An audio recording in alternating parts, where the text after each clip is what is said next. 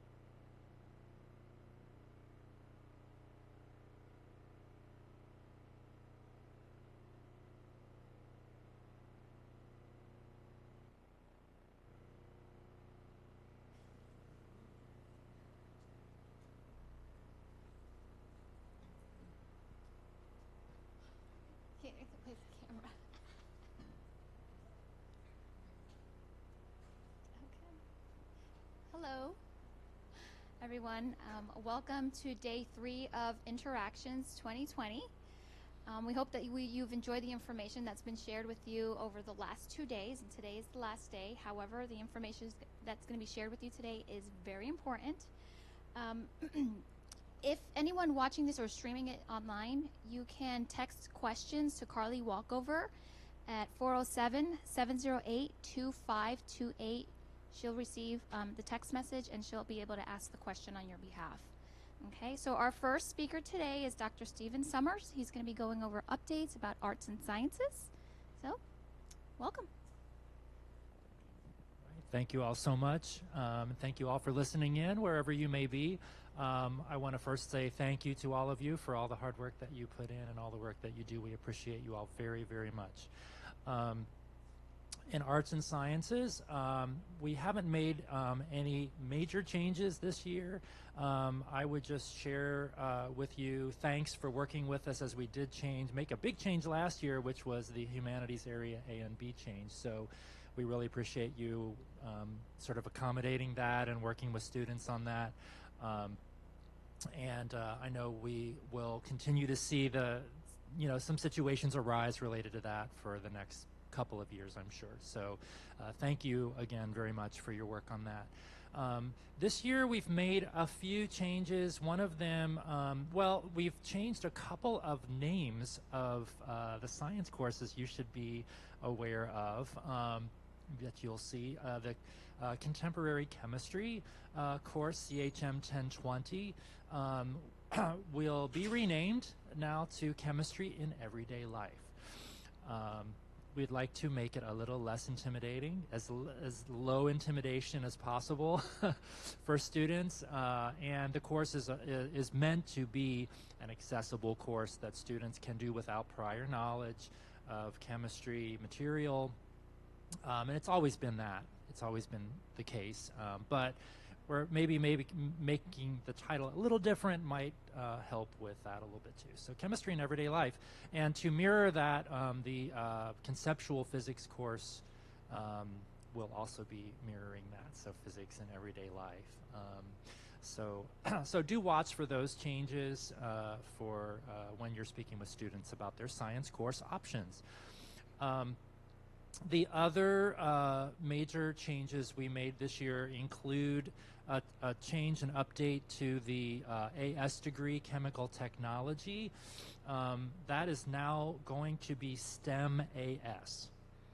STEM AS. So we're making that a little bit more general in what we're calling it, because it's not chemical technology per se across the board for everyone that is in that degree. So it will now be called STEM AS. We added a track in that degree that will be a more pharmacy specialization. So that would include a set of 4 courses that are more specific to the pharmacy student track. And we added, I think, some elective options in there as well. So I was trying to pull these up, and I apologize. I don't want to misspeak and say a wrong course, but what you'll see is a couple of additional electives in there, and the new track, which is pharmacy. In the STEM certificate area, we did also make a couple of sort of changes to what students can take. In the track A of the STEM certificate, we changed it from reading BSc 2011C, that's Bio 2, to reading Bio 2 or Organic Chem 1. So depending on where they're headed or what they're doing, maybe the Bio 2 isn't required for them, but maybe the Organic Chem 1 would make more sense for them. So we put that as an or. And in the engineering track C, we changed it from the EGN 2312 to EGN 2312 or 2440. So again, that's an either or depending on what would work better for the student. Okay. There were some other courses that went through curriculum that we simply removed from being offered because we haven't offered them for a number of years. So you may see some courses that have dropped off. But those are the major things that went through curriculum related to arts and sciences. So Not too many big things, just some additional options for students and maybe some less intimidating course titles in the sciences. Okay? Thank you all very much.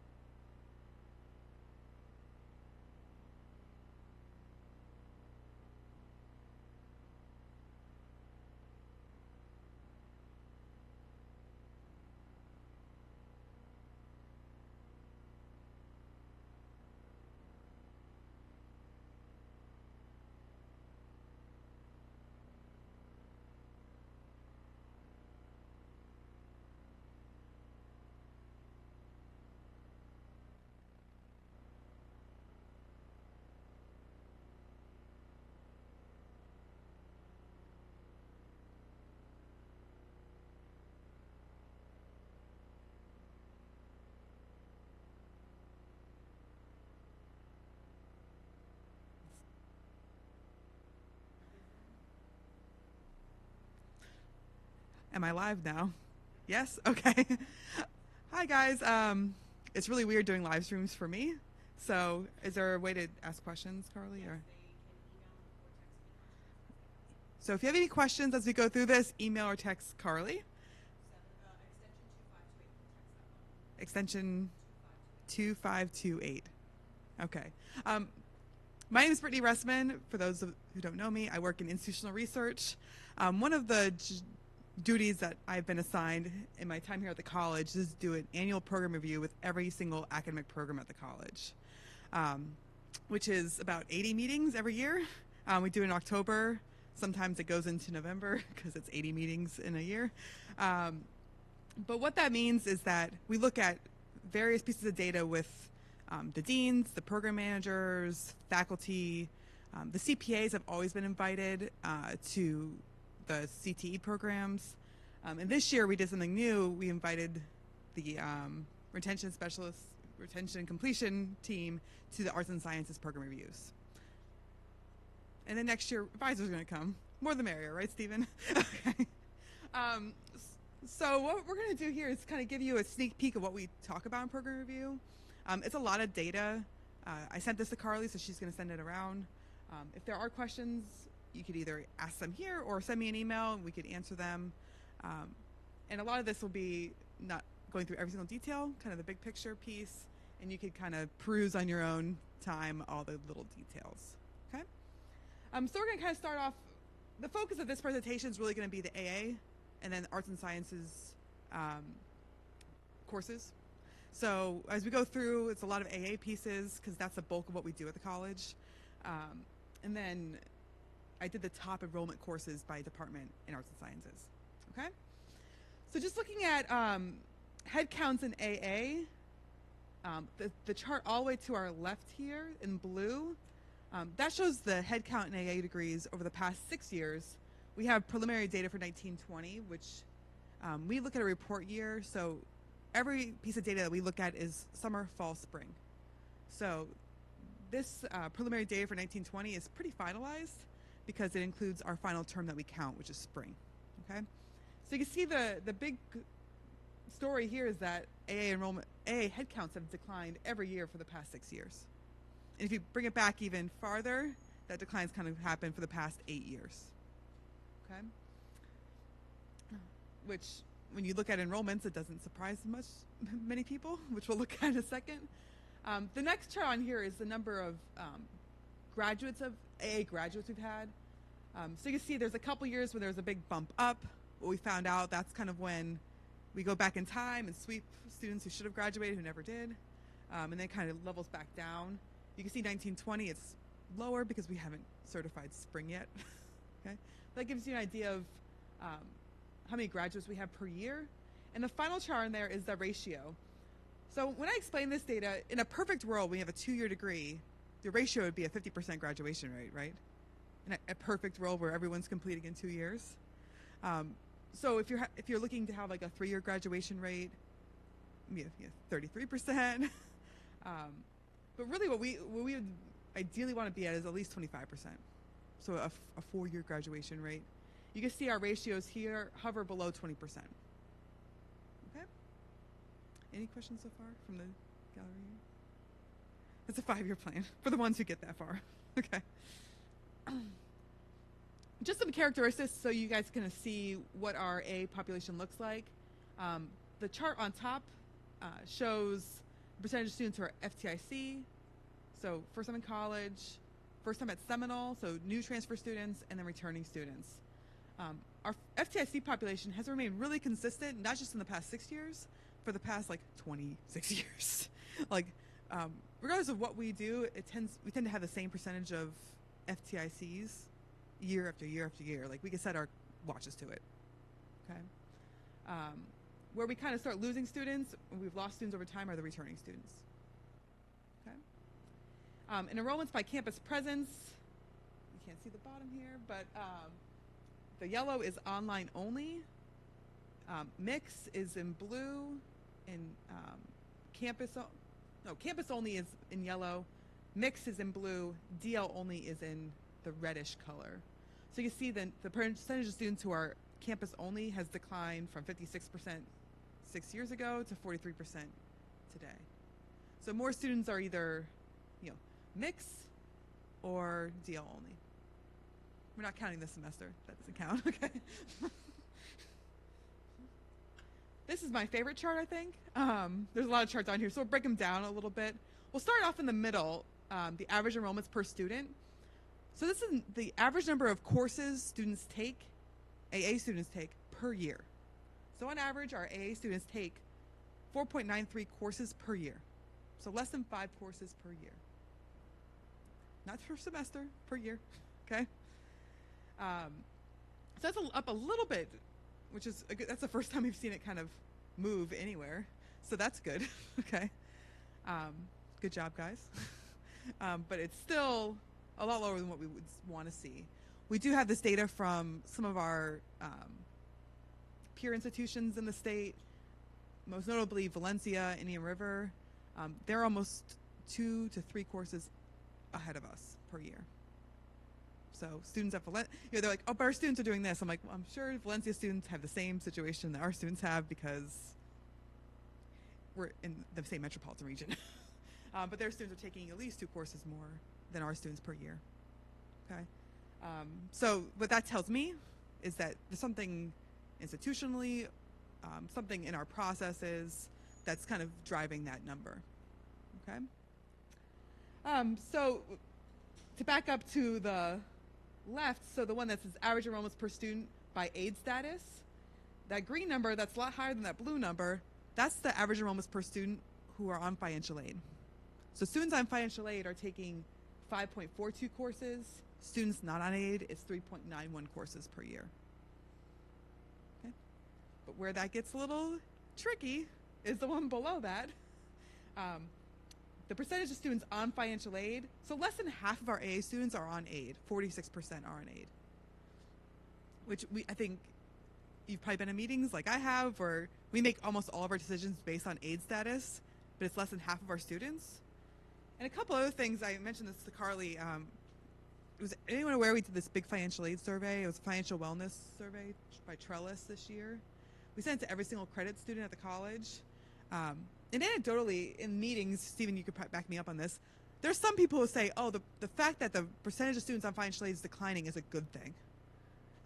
That means our students have the money to pay for classes. They're paying their own way. They're working. What that financial wellness survey showed is that that's not the case. Our needs never been greater. Our students don't have even access to like basic like needs. And it was pretty striking, actually, the results of that survey. So this tells me, again, that this decline is not because students don't need aid. It's because something's happening to prevent them from getting aid. Correct. If you remember a couple years back when we did the buy one, get one, students had to fill out the FAFSA. And we actually found out there was a large percentage of students who never filled out the FAFSA, but when they did, they were eligible for Pell. Okay. So this decline in percentage of aid is a real big strategic issue because we know that drives enrollment. We also know that we could be impacted by federal grant funding also with this decline. So if I'm thinking strategically, this is one area that we would want to turn this around, like ASAP. They just got sent to us, so we're meeting with Johnny next week, and then we're going to kind of think about next steps.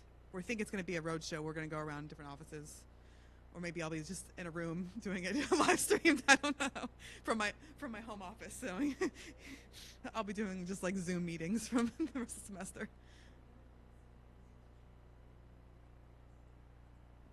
I have lots of theories. Put me in a room, I'll talk about theories all day long.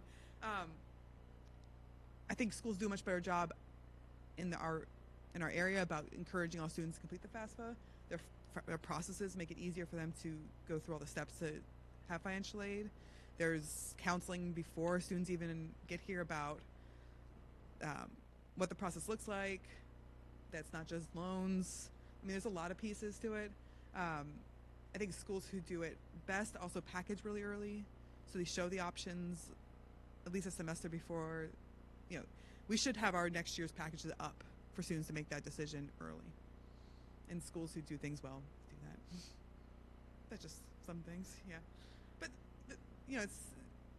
I think the data is going to help us be better. And this is what I always say with this data. It's not a negative thing. I think it's the fact that we've been gold. We've had great results. It's pretty incredible, but we have a lot of ways to improve.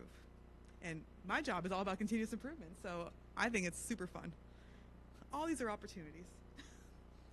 Opportunities. Okay, so that's my financial aid kind of interesting piece there. Average age. So the average age of our AA students has declined from 24 to 22 in the past 6 years. So these are more traditional age students, so you think that they would be more able to complete courses, all of the above. Yeah. And then headcount by full-time, part-time. So you can see We had a little bump up in the percentage of students who are full-time, but it's still below 40%. Okay? This is a lot. This is like the big Mac Daddy of data right here. Okay. Useful? Yes? Okay. This is just, I won't go into great detail on this one. Headcounts by race, ethnicity. The big story here is that we have more female students today than male students. And the population, kind of the population we're losing is white students. And our Hispanic student population has stayed steady. The black population has gone down a little bit, but there is a larger proportion now because of declining white students, which is interesting. Okay. Matched. Nope. The county is not very diverse. If you look at census data, we are much more diverse in the county. Like, by far. Okay. By far. But the census does like updates every 2 years. That's like modeling. We're still not even close to. But there's certain campuses like Altamont. Majority of the students at Altamont are from Orange County. So it's like 53% are from Orange County at Altamont. Shout out to Altamont out there. Okay. And these are some new ones. Stephen, you haven't seen these. You should stick around for this one if you can. These are the FTI students earning credits in their first term. So we'll start at the bottom one here with the percentages.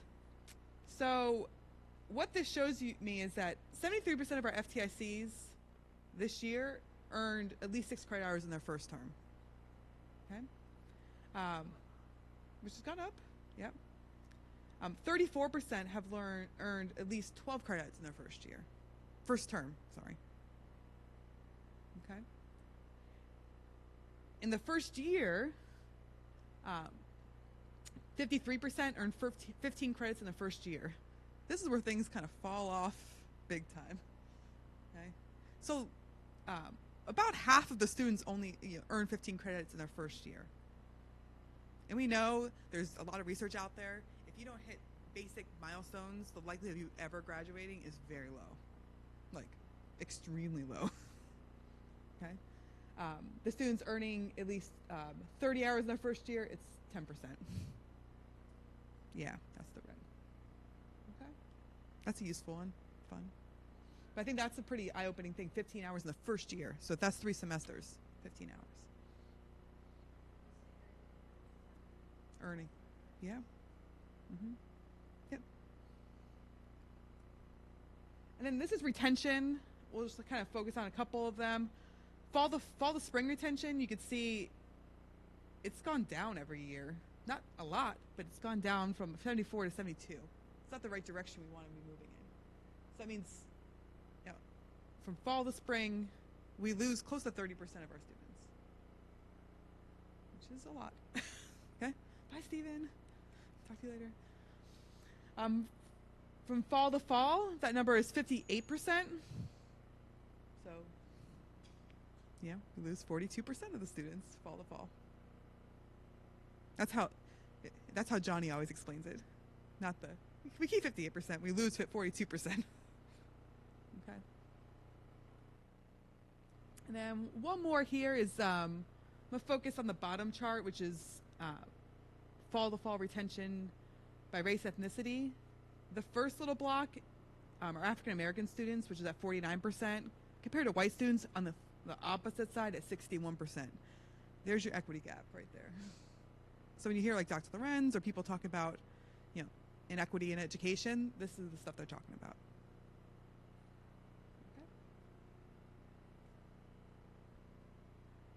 Okay. And this is a lot of numbers too, but I'm focused on the chart on the top left. Your number of graduates, on average, how many terms it took them to get there. So it's around 10 terms it takes students to complete. Yeah.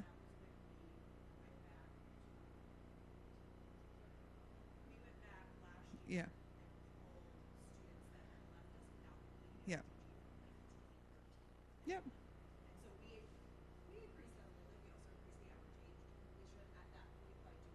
Yeah. but still historically it's close to that. Yeah. So it's close to 10 terms. Yeah. But then you look back to the credit attainment, those students who aren't getting 15 hours, it shows you they're not graduating. So, okay. Now to the fun part. Oh, this is just showing you overall enrollments. If you didn't know, at the college overall, we've been pretty steady in enrollments. We've had enrollment declines, but we've grown all in the wrong places. We've grown like an ESOL, where we don't charge tuition, or apprenticeship, which we don't charge tuition, or dual enrollment, which that's on my ban list right now of words, because I just finished a SAC site visit. I need a dual enrollment break for a couple of weeks.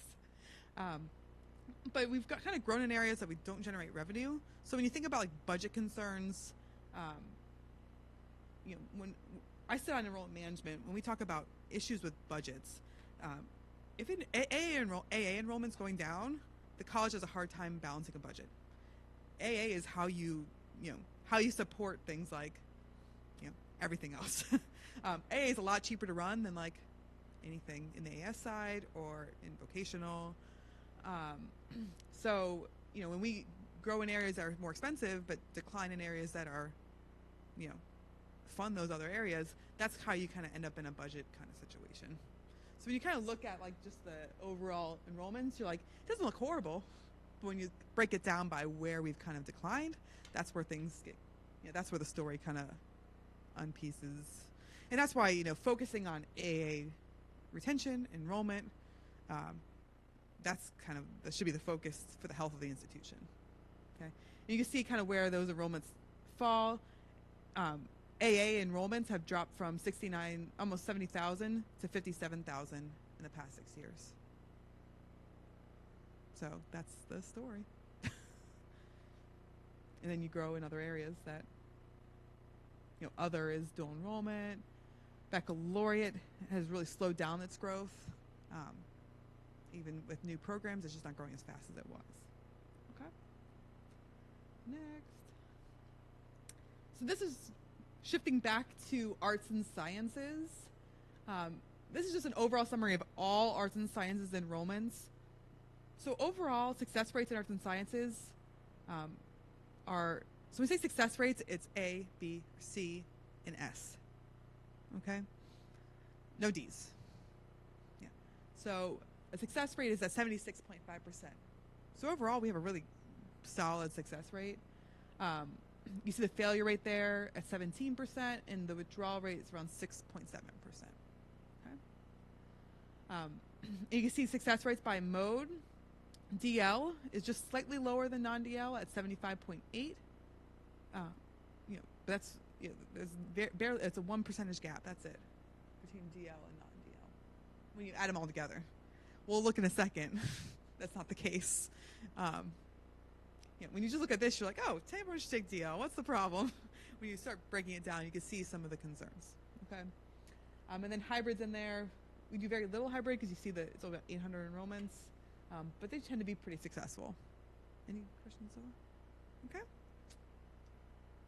So what I did for each of these slides, I included the success rates by modality for high enrollment courses and state core courses by department.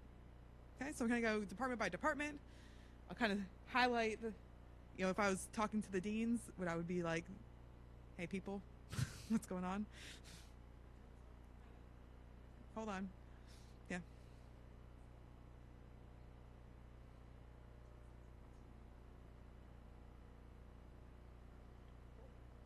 What I want to add before Brittany gets started on this is that the goal of her presenting today was to make sure that when the rest of the arts and sciences deans come today, that you guys are well prepared with questions for them based on this data. I just had a conversation with Dr. Job with social sciences. He said, listen, I don't really have any updates. And I said, we need you to still come because Brittany's going to present data on your areas, and we're going to generate questions about online versus on campus, this class versus that class, and we're going to have questions for you. So he will be coming and we will be asking questions. So pay close attention to these individual areas and be ready to ask those questions for the individual deans as they come up throughout the rest of the afternoon. Don't get me in trouble. and blame Brittany for all of it. Blame me. No. So we'll start with arts and communications. She has Michelle's next, but there's like 300 courses in her department, but most of them are, individual lessons or like really small enrollment courses, and all those courses tend to be very successful. So students like in a field tend to do really well. It goes back to kind of when you've had discussions probably about guided pathways. We see this college-wide. When students have a clear picture of where they're going, they tend to be very successful. Okay? It's just when they're kind of like, I don't know what I'm doing. It's when you see some issues with success rates. And that's why you see when you start looking at these early on courses, you'll see some disparities in success rates compared to the overall, and that's why. Okay? So starting off with arts and communications, I include ARH 1000 because it's a state core. It was just offered the first time last year, but they did well, 96% success rate. I also included in here like the art histories because that's required for like every digital media and art major at UCF. So if you didn't know, the success rate of this course at UCF is like 35%. So if you have art majors and digital media majors, tell them to take it here because they're more likely to be successful. Side note, if you didn't know, I used to be an advisor at UCF, and my majors were art and digital media, among others. So, music appreciation, that's DL versus non-DL. So DL is always the first one, and then non-DL is the second one. You can see there's not a big gap there. DL students tend to do better than the on-campus students in this course. Hi, Michelle. We're talking about your courses. And then SBC 1608, this is the one that's really fascinating for us when you look at DL versus non-DL. So online speech is an area students tend to struggle in with a 64.7% success rate compared to face-to-face speech is at 80%.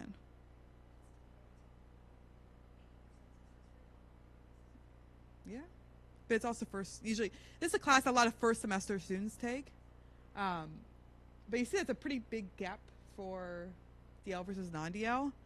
And from an advising perspective, when I think about this, is if a student's walking in and taking like online speech, online math, and online English, and you'll see as we go through these slides, that person's an online hot mess, okay?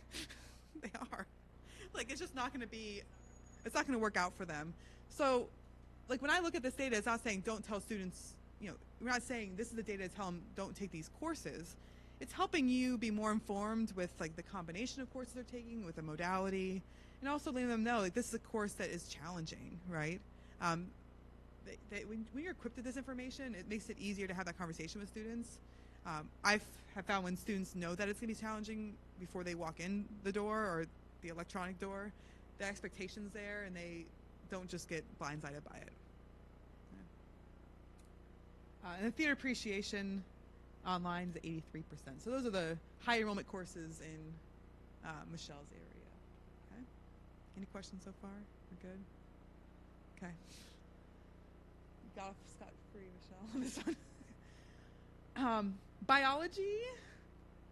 Oof, yep. Interesting thing in the sciences, which is not that interesting, their DL success, it's not that surprising once you understand kind of why, their DL success rate's higher than their face-to-face success rate in science. And that's because the lab courses are face-to-face and the gen ed courses are online. And the gen ed courses aren't lab courses, and they tend to have a higher success rate. Okay. So kind of going through here, you see like constants of biology, DL has a higher success rate than non-DL, which is an interesting one. Human biology, the same thing. Bio 1, so that's almost 2,000 students take Bio 1 each year, and the success rate's 57.6%. That's a big old ouch, I think. And in the past, we've kind of looked at a couple things. We've seen that students who are taking MAT 1033 at the same time as this course really, really, really struggle, for example. Like, that is a combination that does not end well for students. So, this is a good conversation starter, I think, thinking about how we could be, as we start talking about guided pathways in the future, how we could be more strategic using data to build ideal schedules for students. We could pull it, yeah. We've done it for certain departments before, and that's one we did for Kim before. So sometimes we see the deans make decisions. A lot of times it's based on these conversations. But I think it's good to have you guys involved with this also, okay? Because they can make decisions, but if you don't understand why, right? I also include General Bio 2 in here just so you can see. We had a weird year last year where it was 57%, but historically it tends to be, if you get through General Bio 1, students do really well in General Bio 2. I think it was a book issue or something. Yeah.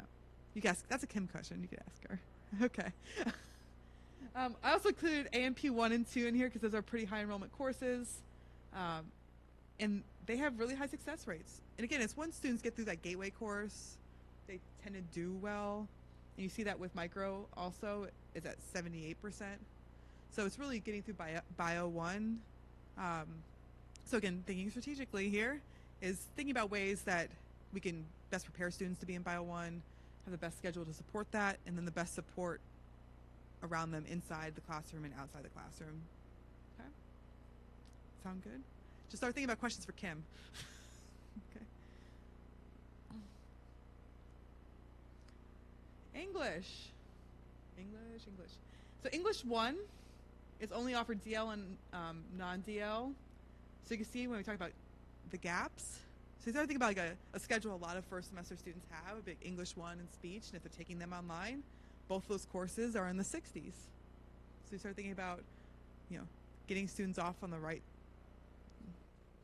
Yes. Yeah. And we know if students have a rough first semester, they tend to lose steam really quickly. Okay. So yeah, DL students for English, it's 64.6%. Non-DL, 71.5%. We do get the success rates for these courses compared to other colleges, and we tend to be in the middle for English 1 success rates. Okay. English 2, online, something miraculously happens, and it goes up to 73.8%, and non-DL is 81%. Okay. You can see, those have moved up a little bit, which is good. The one thing I say about English, make sure you ask Dr. Jordan lots of questions because he's brand new and he likes to be put on the spot.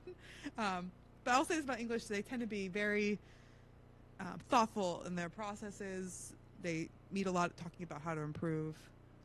So they're always open to conversations. That's a fun department. They're all fun departments, but.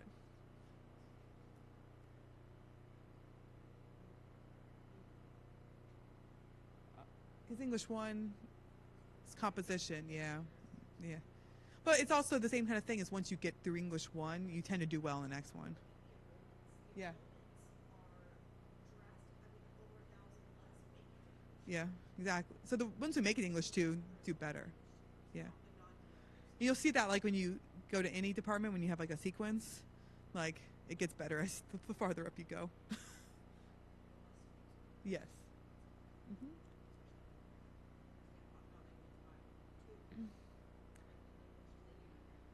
Yes. Steve DeSwart's area. He has a lot of courses. So I try to just pull in the highest enrollment courses in here. So we'll kind of start from the top. AMH 2010, which is not the state core, it's the pre-1865. Both DL and non-DL, close to 80% for DL, 85% for non-DL. So students tend to do well in 2010. 2020, DL, this is the state core, it's gone up from 46.8% to 60%. But again, when you start thinking about that typical schedule for a student, if they're taking it online, certain combination of courses, you can just tell from this is not going to be well. So 60% for DL, but then non-DL, it's close to 80%. So on face-to-face for American History 2 is close to 80%. Yep. That's Tiffany, I think. Yeah. Mm-hmm. I threw some other ones in here. EUH 2000, that's a 90% success rate. but that's one of the toughest classes probably in the department, I would say. My niece is taking it, and she barely even knew that the United States had 50 states before she took that class. And now I have an undergrad in history. She's schooling me in European history now. And again, my undergrad's in history. It's pretty impressive. So I threw those up there, EUH 2000, 2001. AMH 1020, but it's 2020 now, but we don't have data for that yet. You can see the huge growth in 1020 with 500 enrollments on face-to-face 3 years ago to over 1,200. Okay, so this shows you how state core kind of drives enrollments, which we're kind of seeing in conversations with arts and sciences. Is students are looking to take state core. Okay, but the 1020 or 2020 now, success rates online 84% online, 85% face-to-face. So students tend to do really well in that course. Okay, and then I just added in the top humanities courses just kind of for your reference if you're talking with a student, so you have it. I'm not going to kind of go through those because they're not state core, but they have a lot of enrollments in them.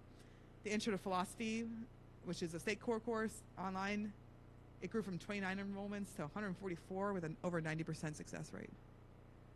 Okay. And then Spanish 1, Spanish 2, you can see there was a drop in success rate last year for online Spanish. I know they did make several changes in how they're kind of operating that course. All the exams now are proctored, things like that. You could ask Steve what they're doing about that, because it'd be good to know if a student is signing up for that course. If coming in to take a proctor exam is going to be an issue, then that's probably not the best option for them. Okay. Any others? Okay. Math. Just so you know how we color code these, it's we do anything that's a positive success rate, so a C or better in green, a D is in yellow, and then an F, so below 60% is in red. Okay, we just do this because sometimes people get big data files for this, and it makes it easier to just kind of pinpoint what you're looking for. Okay, so we'll kind of go through here. I'm going to start halfway down at intermediate, just so we can kind of go from there. So intermediate algebra online. Again, the good news is it's increased from 38% to 48%, but success rates are still below 50%.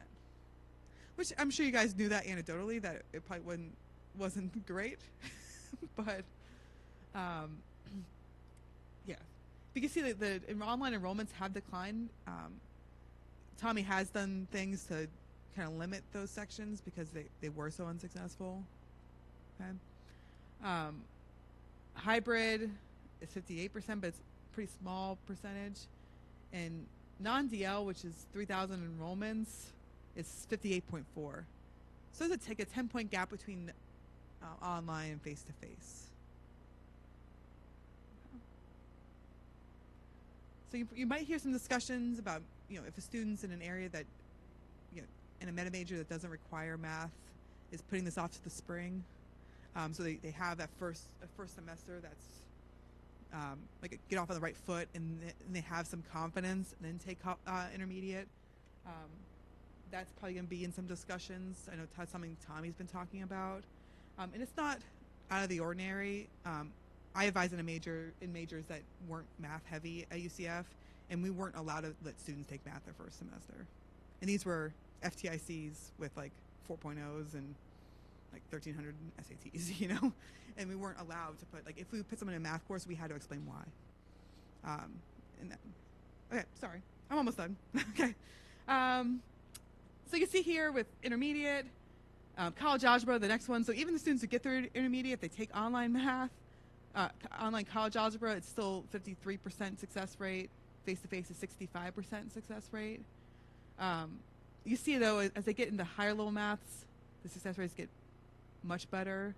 The beautiful thing over here is that the MGFs, they're green. Students do really well. DL, non-DL, it's all close to 80% or higher. Okay? And even stats non-DL is 80%. Okay, So students in certain majors, definitely I'd put them in the MGF stats, stats direction. Okay? But you'll have all this for your perusing, okay?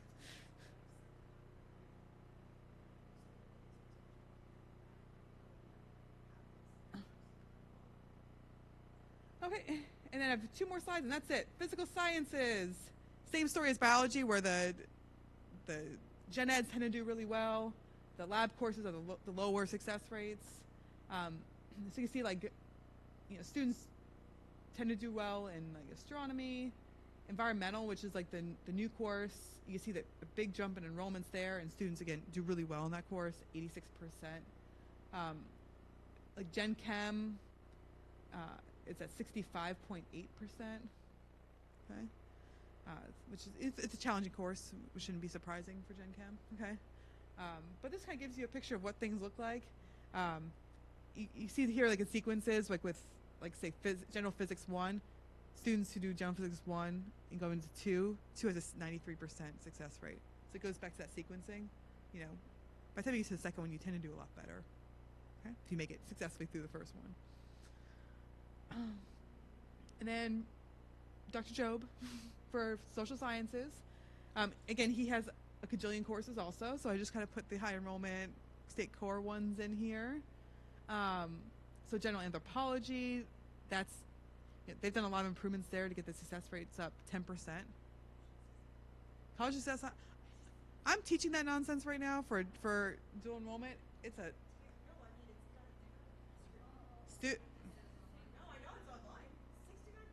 I'm teaching it online right now for dual enrollment students. Oh my gosh, no bueno. Yeah. Anyway, so you can see developmental psych, students do well there. Macro, there was a drop in success rate from 81% to 66%. This is a question you asked Job if it's fixed, but it was, I think, a textbook issue. Okay. I don't know if they fixed it or not. That's a question for him. You can see government as a big jump in enrollments since the civic literacy requirement, and yours truly also teaches that course, so maybe that's why. No, and Tracy, she's great too. I only teach one section a semester, so it's not me. So U.S. government, in the 80s, general psych. There's a gap there between DL and non-DL, about 10%. College success, 69%. DL versus non-DL, and that's probably something to ask him. Personally, I think it's probably something we rethink on how we're delivering things online for that course. Yeah, it's class to class to class. They're in college ready. They have to be college ready by statute. my DL, I teach DL government all dual enrollment this semester. It's the best class I've ever taught. They're the best students I've ever had, like by far, kicking butt. Like, so it's not because it's dual enrollment. Yeah, I'm just saying, my government classes, like, they are the best students I've ever had for sure. Okay, intro to sociology, you can see that again, really good success rate online versus non-DL. So when you think about that first term, especially online, it's really that big conversation to have with students. Yeah. Yep. Correct. Yeah. Or think about kind of the onboarding process for that process. Yeah, let's put the. Okay, Mike, what's the question? Oh. Any other questions? No? Good? Okay. Thank you, guys. Thank you so much, Brittany. That was really eye-opening, for sure. Do you guys, that was good information, right? Like, gives us a lot of good things to ask our deans going forward. So this is all information that's shared at program review. I have been told that information, that advisors will get to go to program reviews starting this year when you guys start doing them in October. So with that, thank you so much, Brittany. That was an awesome presentation of very valuable information that we will be utilizing going forward for sure, and have some great questions for our deans. I am now going to go ahead and turn it over to our Dean of Arts and Communication, Michelle Cuomo.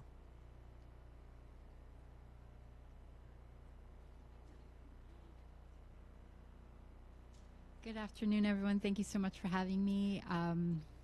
I agree that that's great, and I'm so glad that you'll join us for program review. Please come. It's been so informative, and I think anyone that sits in a program review has a different perspective when they come out, so I'm really glad to hear that. I just want to speak for a second about online speech because I think you saw the numbers, and I think I think advisement can be so critical to this this moment for students. Many students, as you might, this seems like common sense, or I just assume it's common sense, but I want to just get it out there. A lot of people are speech anxiety is huge. It is greater than the fear of death by the lists, you know. So a lot of students feel that online speech is somehow going to be easier for them, and they're choosing online speech for the reason that they want to avoid speech altogether. So if you feel that that's that student's reason why they are taking online speech, I think good things to know are that it's almost a different responsibility for students when they take online speech. They have to get an audience for themselves, which if you are not outgoing, that's also a challenge. It's a new challenge. And then also they're really in charge of their technology, which is also a challenge. They have to get their speeches filmed in some way. We have library resources that are wonderful. We have smart rooms that they can go in and press a button and show that they have the 7 folks or however many folks they have to have. It's in their notes. But this is really these two things are really a challenge. Plus, I even observed I actually took over for a hybrid class. And the camaraderie and safety that was created in the face-to-face classes when people get to know each other every day did not exist in that class. They all came to the class and they all had to give speeches, but they didn't know each other. There was no relaxation. Everyone was just didn't know each other. So they were then giving speeches in a room full of strangers, as opposed to the wonderful opportunity in a face-to-face speech class for the faculty member to slowly and intentionally get students to a place where they're comfortable and can actually flourish. So speech-phobic students, their tendency is to want online speech, but I really encourage them to do face-to-face because I think there's so much more opportunity for them to actually achieve what they're really looking for. But it's hard to convince folks of that, and sometimes there are, accessibility issues. As you know, I don't want to tell you anything that you don't know, but I just want to speak that because that's my understanding, and that's probably anecdotal, but we could probably do a study on it, and then we know that it is true. So does anyone have any questions or thoughts about online speech?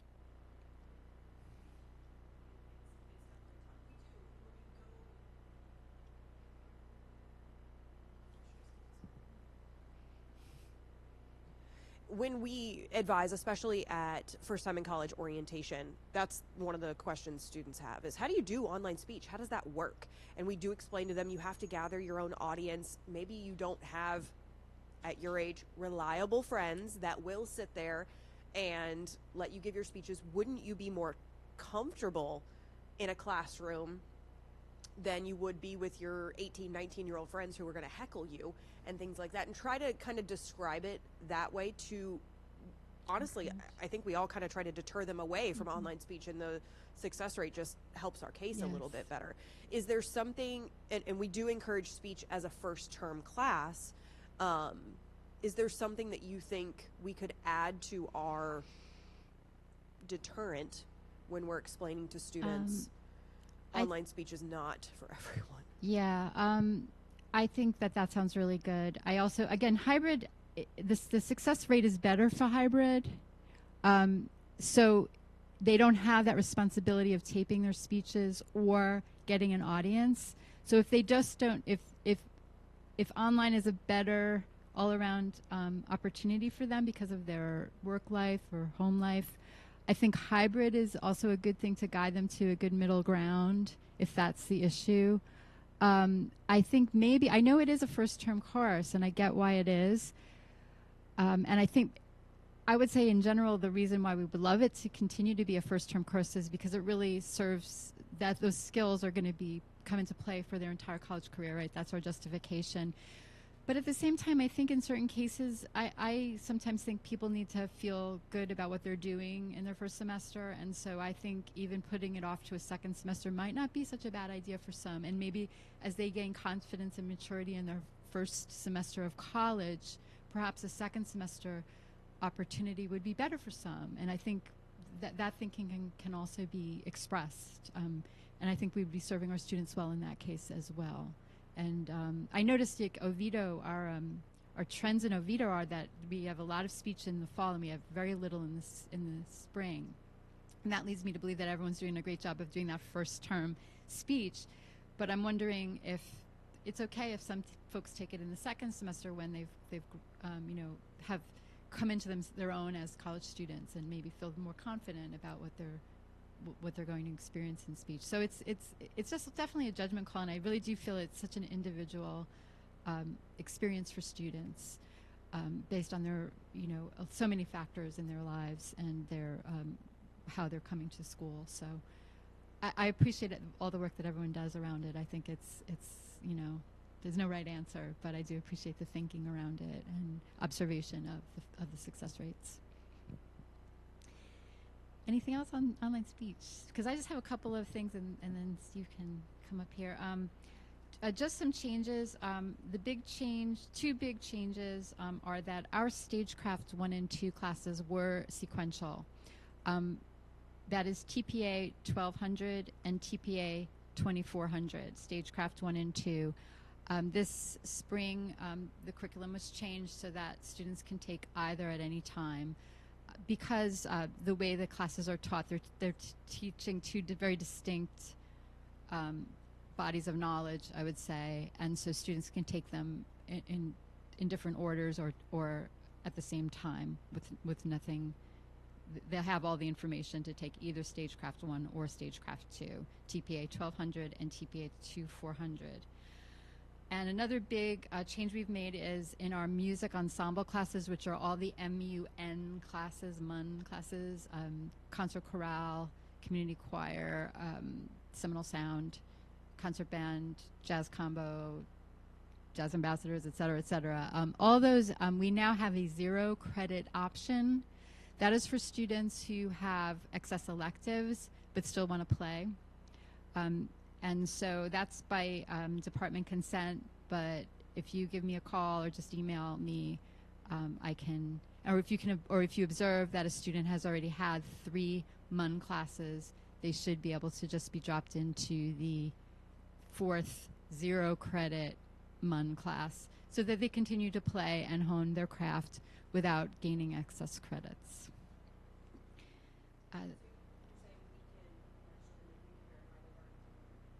Yes, yes.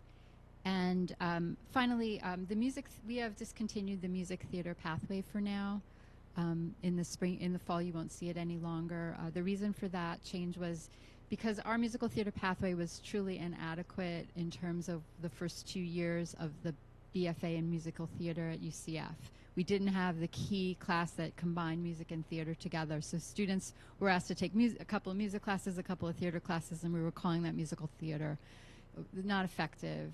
Doesn't really prepare students adequately, and students didn't even retain. They weren't interested because they could feel that they weren't getting what they were looking for in a musical theater pathway. Pat Ferguson has modified with me the theater pathway, which sort of has a little note to students who are interested in musical theater what they may want to take. But I think that's really important that we have eliminated something that really wasn't happening for our students. And that's all I have. Thank you. Any questions or concerns about things going on in our arts and communication and advisement?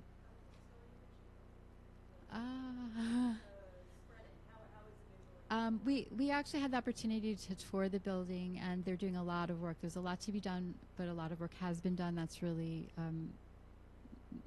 makes everyone feel a little better. We were able to get some of our stuff out, which was also really important for our teaching. But I think it's going to be a little while. Yes, some of our equipment we were able to get out. We were really struggling in the fall. We had no equipment at all, and we've gradually gotten a lot of things out so that this spring teaching has been much easier up until today, and what's going on now, next thing. But yeah, it's been good, and we appreciate everyone's support, and absolutely, which has been wonderful. So there's always a silver lining to everything, and I think we learned a lot about partnerships and reaching out to the community, and and so it's been it's not been all negative at all. Thank you. Thank you. Yes, music is generally in the lower level of J, but we also are in C with our band. And we actually are looking this summer we're looking around the campus because we really need to augment, because piano and art are next to each other and they're not happy with that. they're like banging on the walls, like, too noisy. Where's a music class? We're supposed to be noisy, you know. So we have art in J, and theater is in generally D and B. And that has been really also a wonderful thing, because construction has really collaborated very well with theater, and we've really truly become partners. And I think that cross information is just so rich. So we're really pleased with that. So again, good things. But Jay has been working out okay, and to be continued. Thank you very much for having me. I really appreciate it.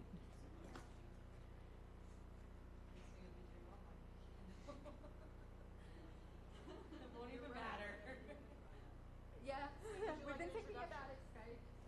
I know. Would you like me to roll out the red carpet? We keep thinking about, like, music's actually.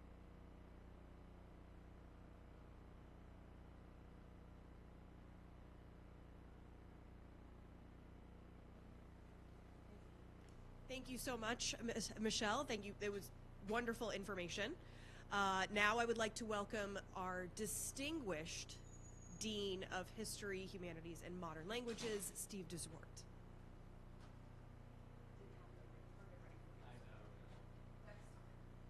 Good. Yeah, it is afternoon. Good afternoon. Thanks for having me here.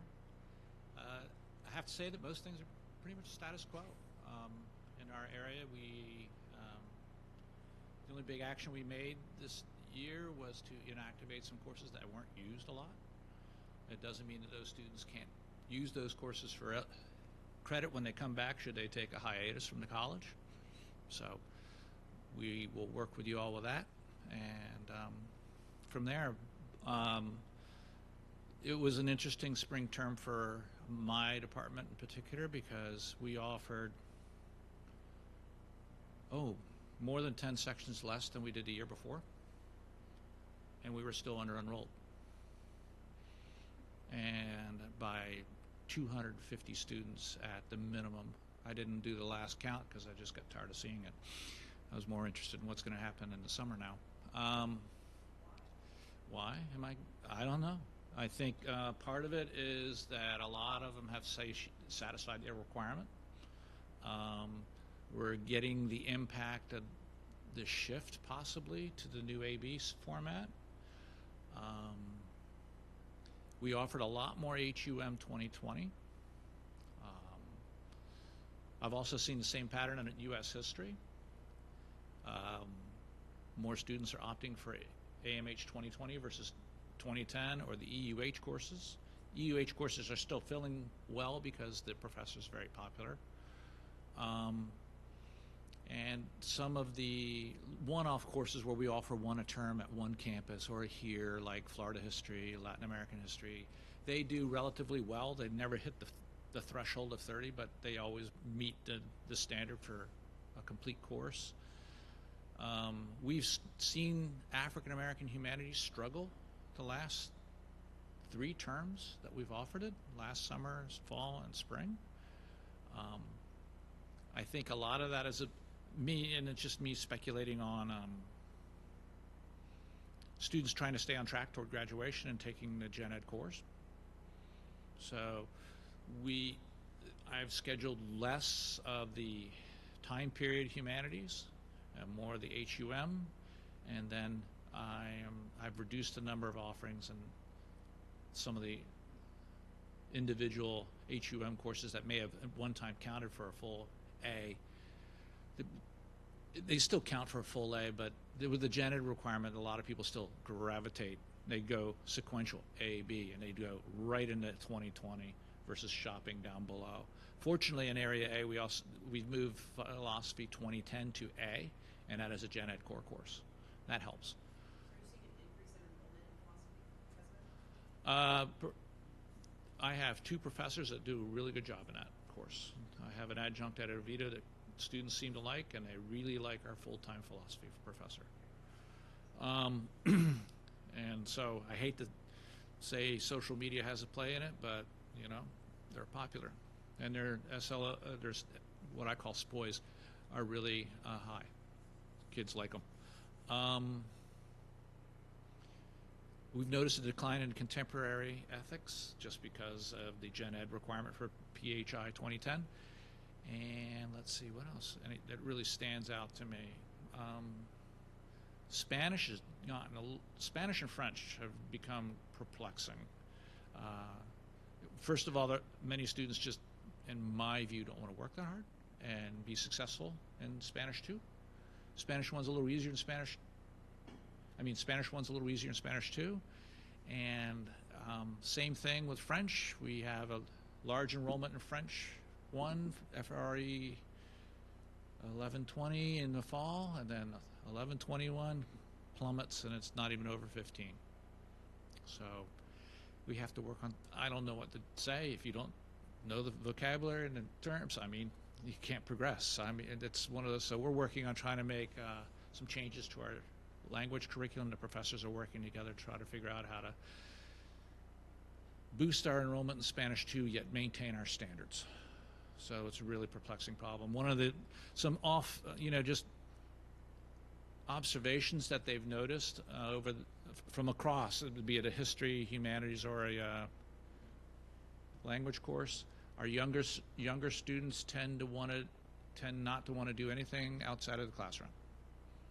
Our older, more mature students know what it is to be a college student.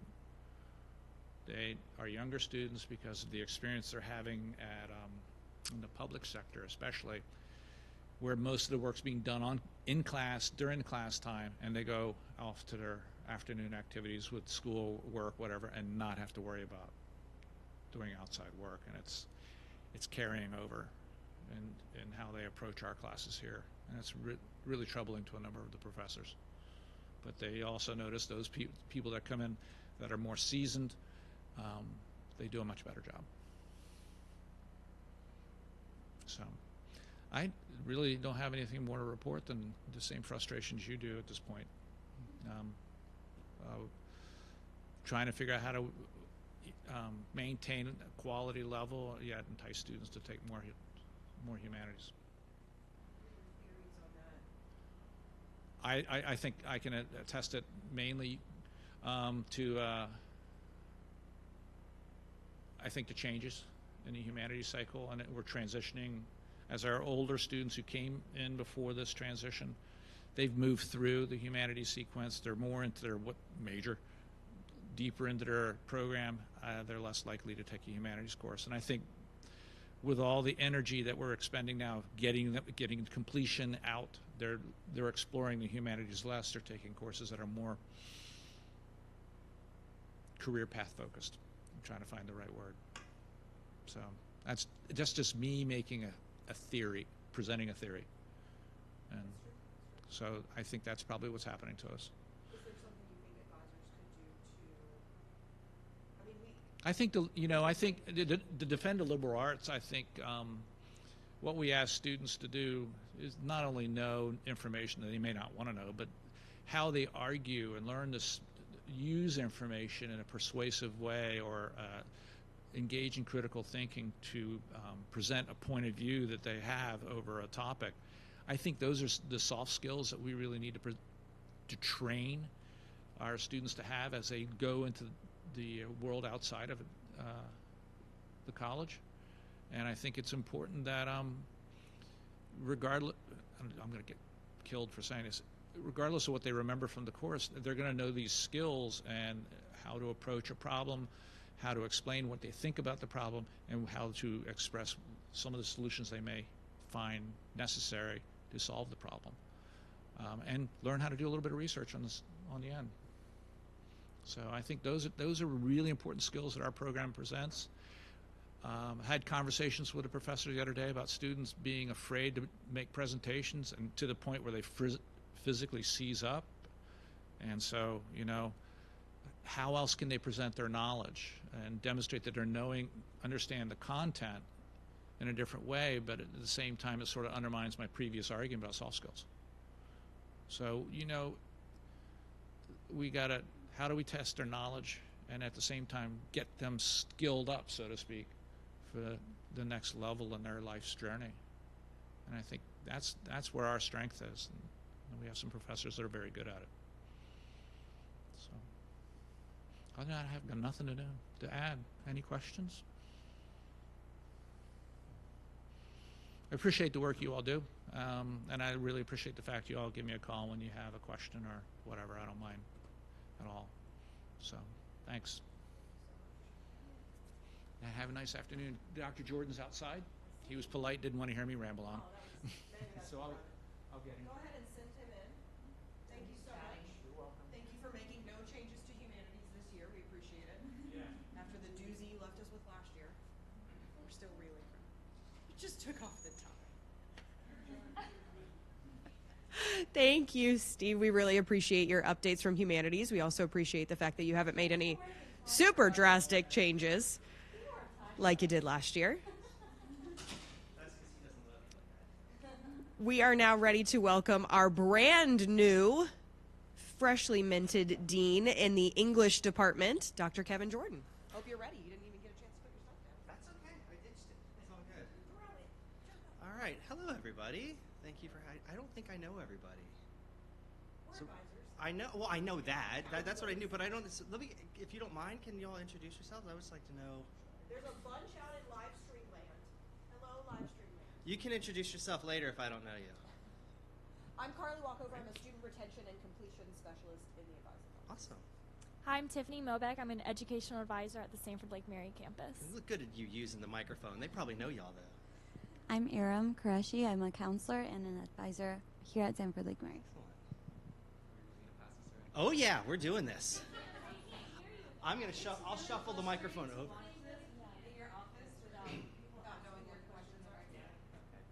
Hello, I'm Nick Walker, and I'm an educational advisor at the Oviedo campus. Hi, I'm Robin. I'm from the Sanford Lake Mary campus, and I'm in the TRIO program, so I work with high school seniors mainly. I'm Lottie Washington. I'm also with the TRIO Connections.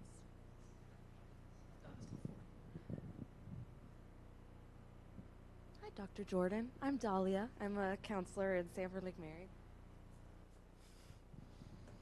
And I'm Julia Larson, educational advisor in the Oviedo campus. Awesome. All right. Well, thank you all for that so much. It's always just like to have an idea of who we're talking to. So, update on the English department is what I understand I am to be doing here today. Yeah.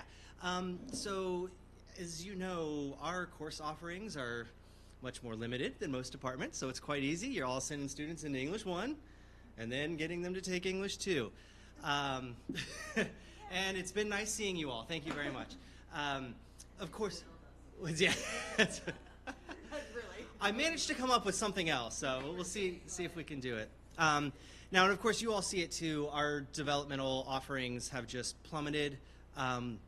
So it's nothing really that's urgent in terms of the next term or the next academic year, but the department is going to be working on ways to help those students. We already have, but to maybe even have a more robust way of helping those students who might be unprepared. So, I mean, I would say be on the lookout. Hopefully I'll have more to update you on that coming up, whether it's, we're getting students extra lab hours or something like that. We haven't worked out the academics of it, but we're still trying to help those folks.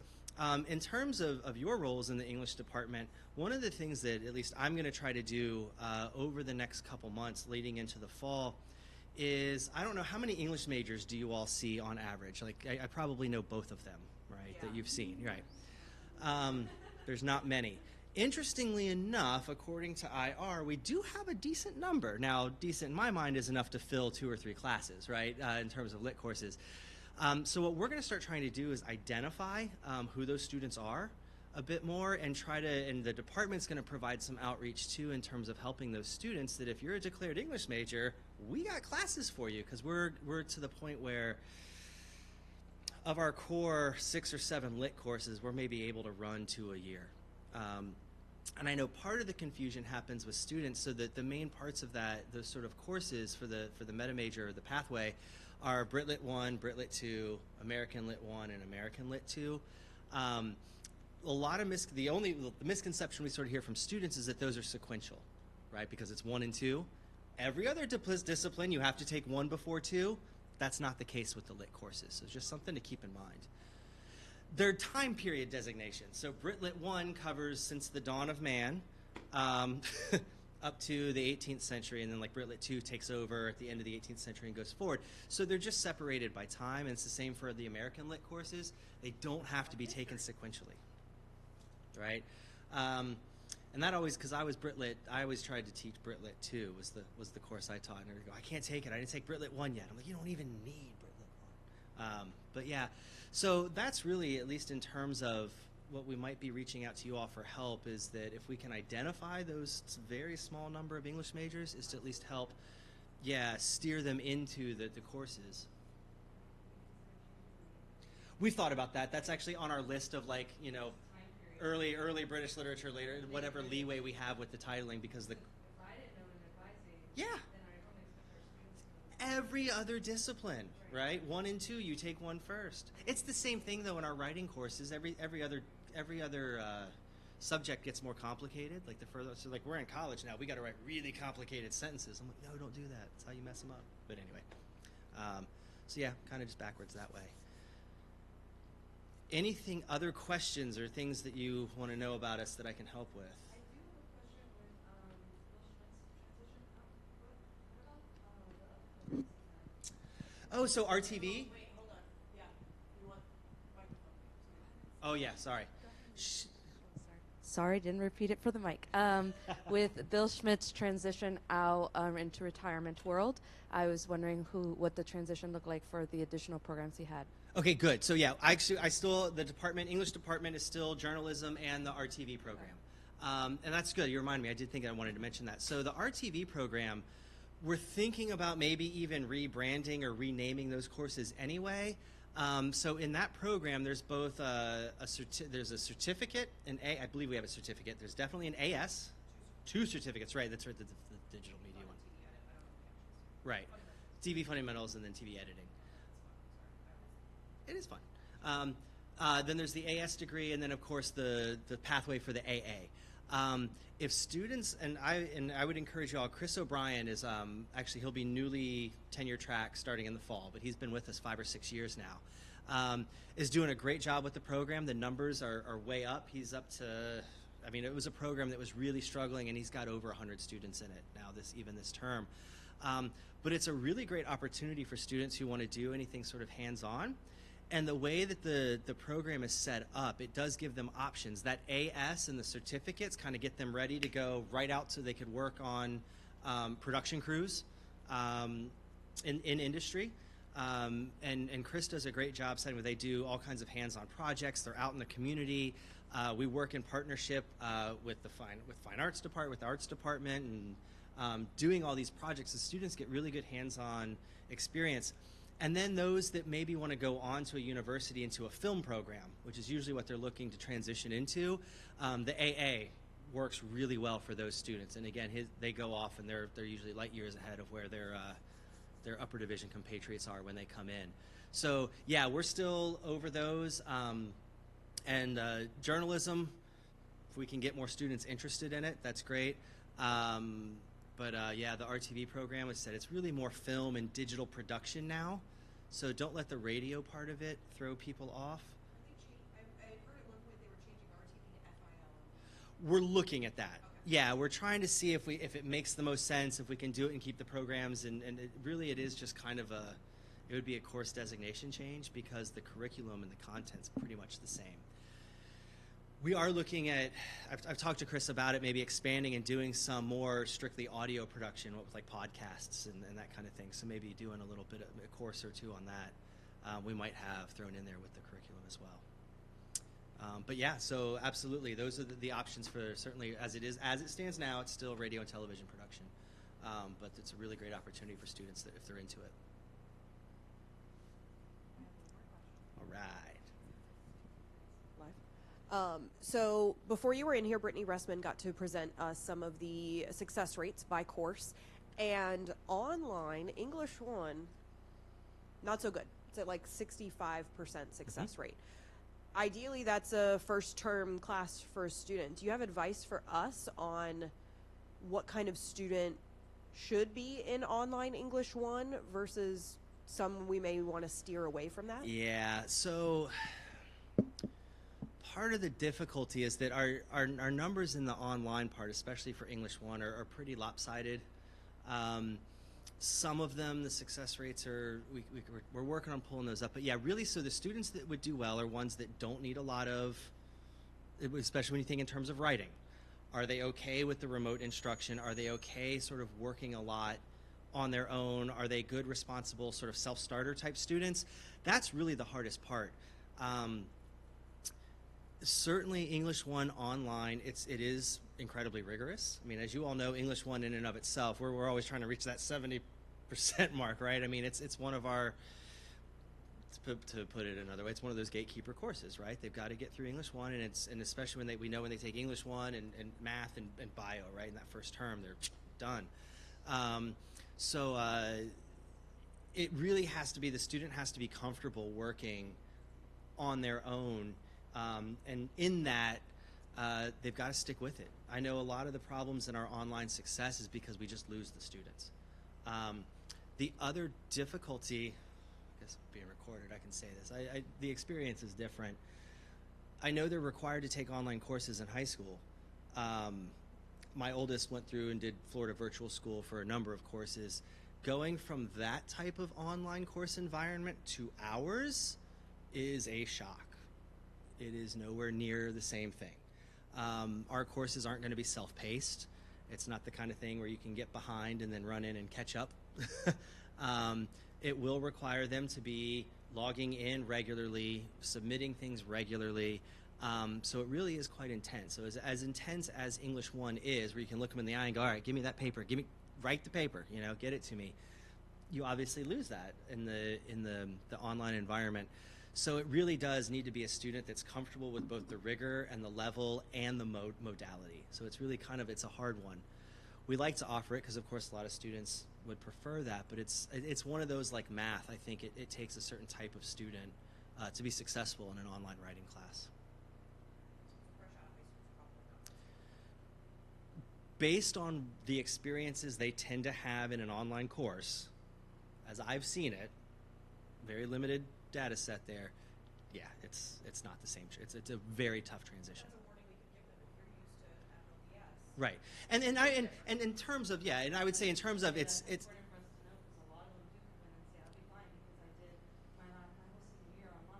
Right. We don't really know.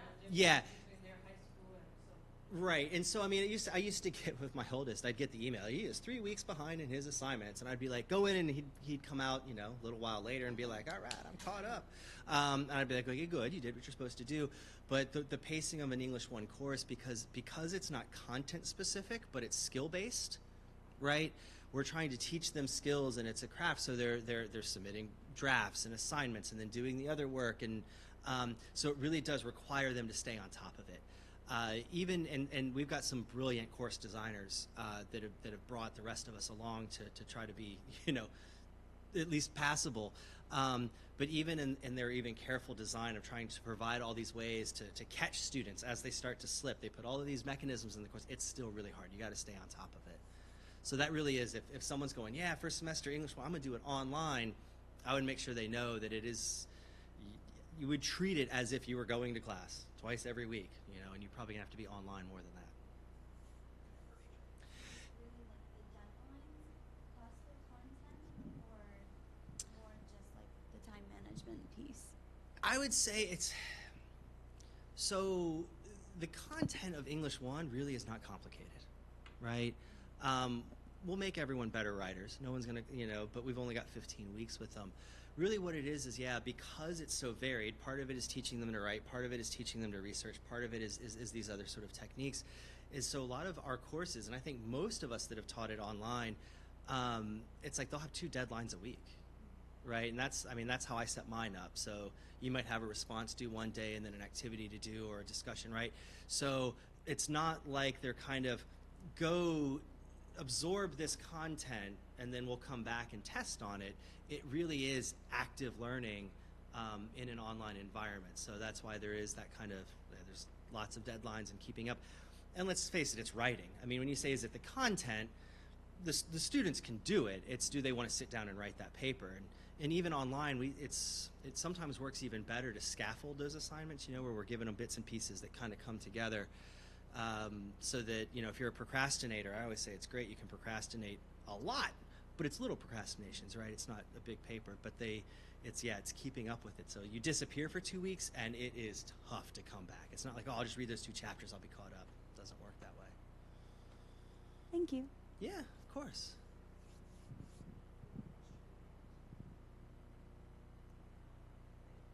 All right. Well, thank you all. Yeah, and like I said, if there's anything I can do to help you all out, please feel free to reach out. More than happy to do so. All right? Okay. All right. Thank you. That's it, right? I don't have to do anything else? All right. Thanks, y'all. Have a good afternoon.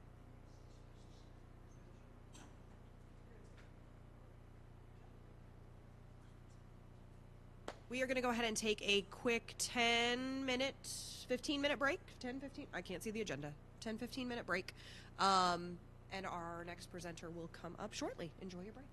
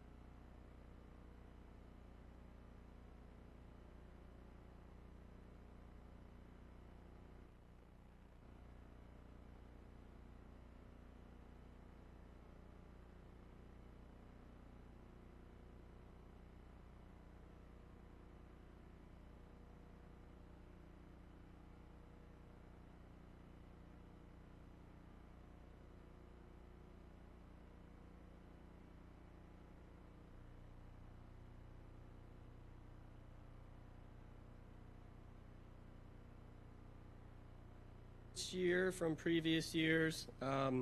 We did change the name of 2 courses. So Chemistry 1020 was Contemporary Chemistry. We changed the name to Chemistry in Everyday Life. That starts this fall. Same for Physics 1020. It was Conceptual Physics. It is now Physics of Everyday Phenomena. There was some concern raised about that name, so the faculty are looking at it. But as of right now, with all the new fun stuff we'll get to worry about, it kind of got moved to the back of the list. So more than likely it's staying like that, at least for the near future. I just wanted to remind you guys about our STEM certificate program, because enrollment hovers around 10 to 15 students a term. We'd really like it to be higher than that. So just a reminder, the STEM certificate is a certificate they can get, I believe it's tied into the honors department, but they have to take 8 science or math courses and 2 seminar courses to qualify for it. And then depending on their GPA at the end of that, there's 2 different levels of the certificate that they can get. Those science and math courses, what their composition depends on the pathway. There's 3 pathways for the STEM certificate. There's track A, which is a biology, health, and pharmacy track. Path B, which is a math, chemistry, or physics path. And then path C, which is an engineering path. So depending on which path they decide on would determine that combination of 8 science and math courses. Of the 2 seminars, one has to be one of the science seminars. The other one can also be a science seminar, or it can be a different honor seminar. So we offer ISC 1932, which is the research science seminar class in the fall, 1933, which is the career seminar in the spring, and then normally we offer ISC 1937, which is the environmental version of it in the summer, but the summer enrollment has been so bad the last couple of years, it's not on the schedule for this summer. If somebody needs it to graduate and, they want to graduate, next term and they need that one, because you can't repeat them. So if they've already taken, the fall research one and they need that summer one, then we might be able to run a DIS if you run into that type of situation. And Debbie Mead is the contact person for that program. We do still have scholarship money to pay for it, so it doesn't cost the students anything to sign up for those science seminar courses. There is scholarship money still available. It's just they need to be willing to do it. Right? It's 1 day a week for an hour, so it's not one credit class. So, but we do still have money. So, other than that, everything pretty much is the same. We didn't really. I think we found a decent equilibrium with the earth science offerings, because there was a big switch, over the last couple of years from oceanography, geology heavy to now. I think we offered 1 section of geology this term and a few oceanography. It's all environmental and earth science now, and astronomy. So I think we finally evened out the enrollment on those. So probably pretty status quo in fall, probably moving forward. Unless you guys got any questions. Yes, sir.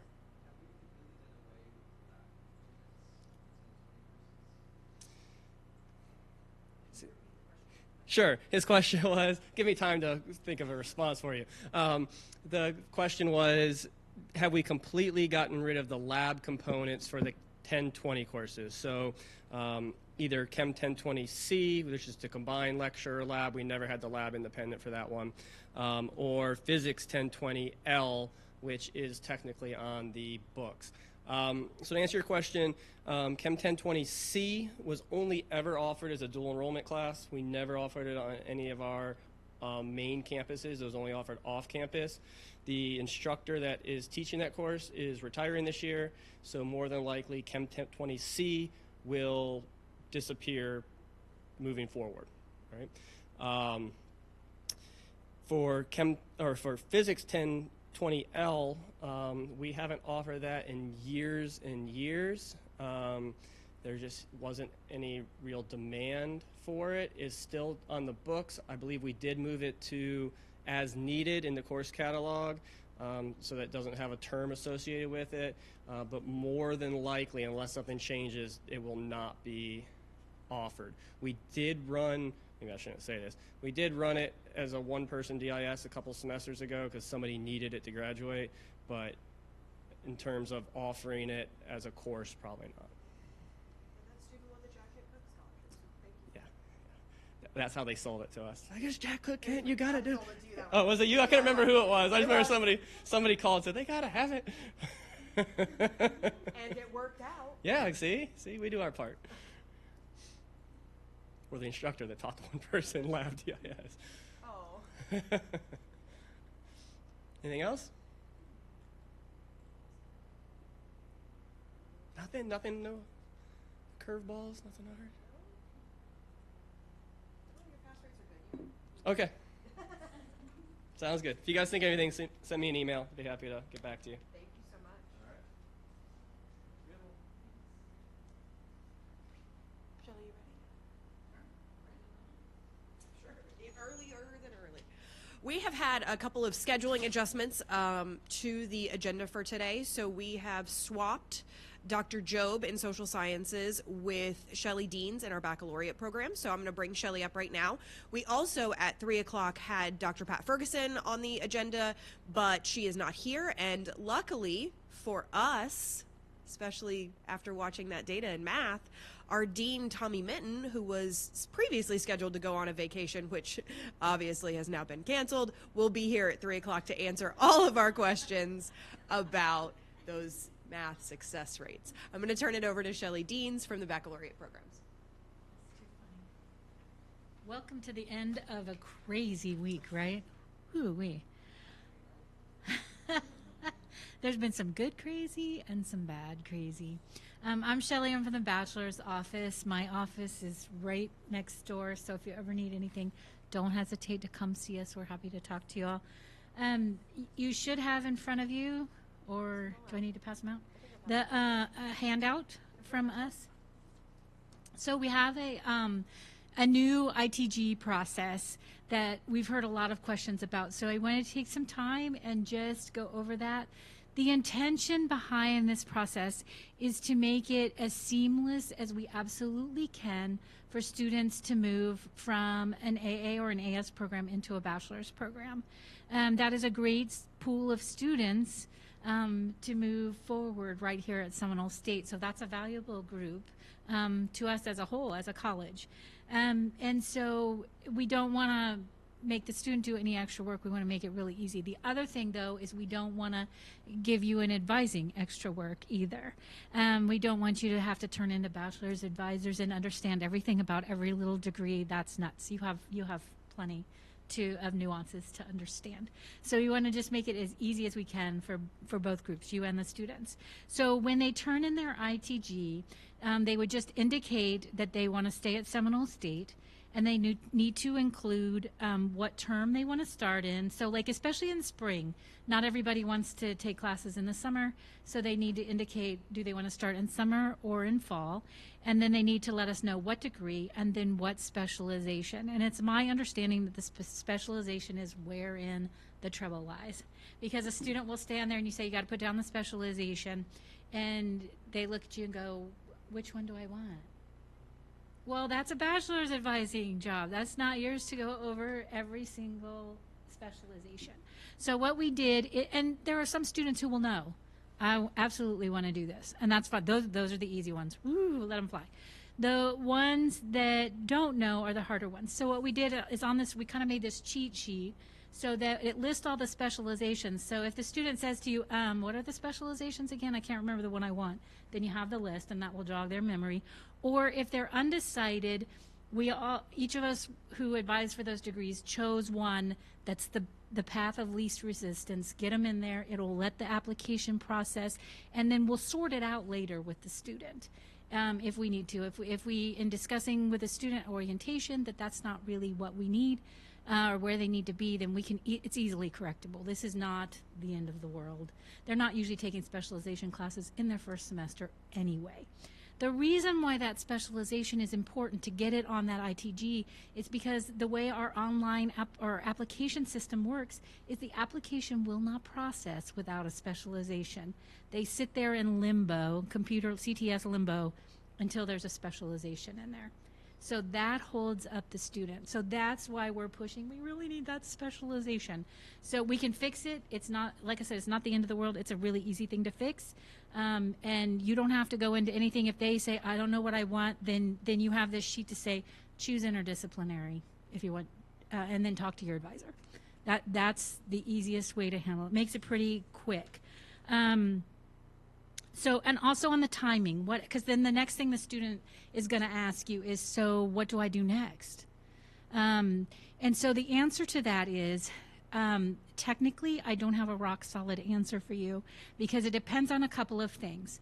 So once that student hands you the ITG, they filled it out how we just discussed, then you're going to upload it to the drive, however your workflow goes, just like we do.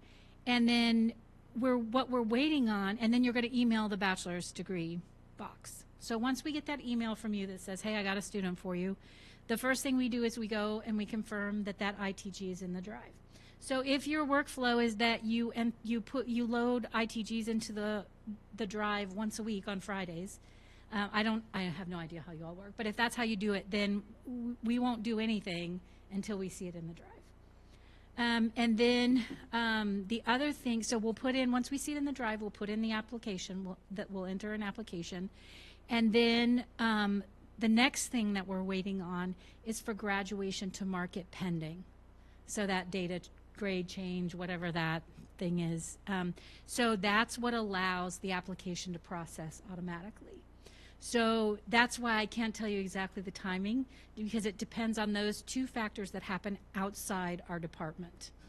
So usually our estimate would be, if the student's standing there asking you for a deadline, I would tell them 2 to 4 weeks, or in that range. 4 weeks is probably the outside. I would tell them if you haven't heard. And so what happens when the application process is we contact them within a day or two. They get a text. They get numerous communications to tell them to schedule an orientation. So, but we're waiting for that to be marked by graduation as pending grades. Question? Okay. So if a student submits a late ITG to one of the campus designees, then those are put in the late ITG folder, but they are not marked pending. Those late ITGs may even be held all the way until the beginning of the following term. Mm-hmm. So if we have a student that submits a late ITG that is interested in a bachelor's program for the immediate following term, won't be marked as pending, what do we do? That's a case by case. Pick up the phone and call us. Okay. We hope that doesn't happen very often. Not terribly often, but yeah, it does. That's the hope, that rarely happens, but that's a good one to actually tell the student, I'll find out for you, or I'll have somebody else call you. Okay. And then we'll sort it from there. I think it depends on a lot of things, actually. Is that something we could work out a process with graduation to make an exception to mark that student as pending? Yeah, we would be for that. Okay. Absolutely. Cool. Yeah. So that's the timing. And they don't, another question I understand that you get a lot from the student standing in front of you is, do they need an appointment? At that point in time, they don't. They'll hear from us to make an orientation appointment, but they don't have any other need to make an extra trip or make an extra appointment. We'll handle everything in orientation. So questions on that ITG program process? Does that make it easier on you to have a go-to and a list of what's available? Cool. So another thing I know that we get questions about is, what on earth do we do up in the bachelor's department? We function just a little bit different. We are advisors, just like you are. The advising portion of our job functions very much the same. You know, advising is pretty much advising. It's just, we're just talking about different degrees. Another thing that's really different for us, though, is we also have the specialist piece. So in addition to the advising, we're taking care of processes from admissions all the way to graduation. So we handle financial aid. We tell students at orientation that they can contact us for anything. So if they've got a hold, if their transcripts aren't posted, if their student advisement report looks hinky and it's not right, they think something's wrong, if they don't know where to turn in transcripts, if their Pell Grant hasn't paid out, we are one-stop shopping. We tell them to talk to us. So we do not take walk-ins, and the reason for that is because of that specialist piece of the job. When we see 5 appointments a day, usually 2 or 3 of those appointments are by phone. Our students, I don't know how your demographic is, but our bachelor's degree students are just a little bit older. They're an older demographic. Most of them, school is not their primary gig. They've got a family, they've got a full-time job. They're a completely different group, and they do not want to come in here at all. They don't have time for it. Getting them to orientation is rough. And we tell them this is the only time you have to come. And so we try to do absolutely everything we can by email, and there's not a lot that we can't fix for them by email. And so we try to be that one-stop shop. I'm not going to tell you to call financial aid. I'm not going to tell you to email student records. I'm going to contact the department and handle it for you. So that process, and email alone takes up a huge I'm sure you all get a lot of email too. That takes up a huge part of the day. We do have designated weeks every year where we do see walk-ins. Those are peak enrollment times. So that is, we all love this, the first week back after Christmas break. We see walk-ins those first 2 weeks. We see walk-ins usually the first week of registration every semester. And then before fall semester, it's a 2 to 3 week period that we see walk-ins as well. And then we usually don't take appointments at all. We just hammer through. We see way more walk-ins those weeks than we would normally see in appointments. They come in, so even though they Yeah, isn't that weird? I guess especially in January, when the panic sets in, oh my gosh, I'm not in any classes and y'all were closed for 2 weeks, surprise. Then yeah, they show up magically for that. We get a lot of emails too. The emails are overwhelming those weeks. And again, we do try to handle as much. We email back and forth registration forms and all those kind of things. So we do handle a lot of it by email, but yes, we do have plenty of walk-ins during those designated times. So are there any questions about what we do or what? One, I want to cover too, Ricky. So there are 4 of us and Michelle, the assistant director, in the bachelor's department. 3 of us have divided the bachelor's degrees. We are all cross-trained. We can, if a student makes an appointment with the wrong advisor, we can easily advise for any of the bachelor's degrees. But we each have assigned degrees that we understand the nuances. For me, I do BSN and health sciences. I had a background in healthcare prior to working here. About to finish a master's degree in public health, so I understand healthcare people, and so that's fun for me. That's kind of my thing.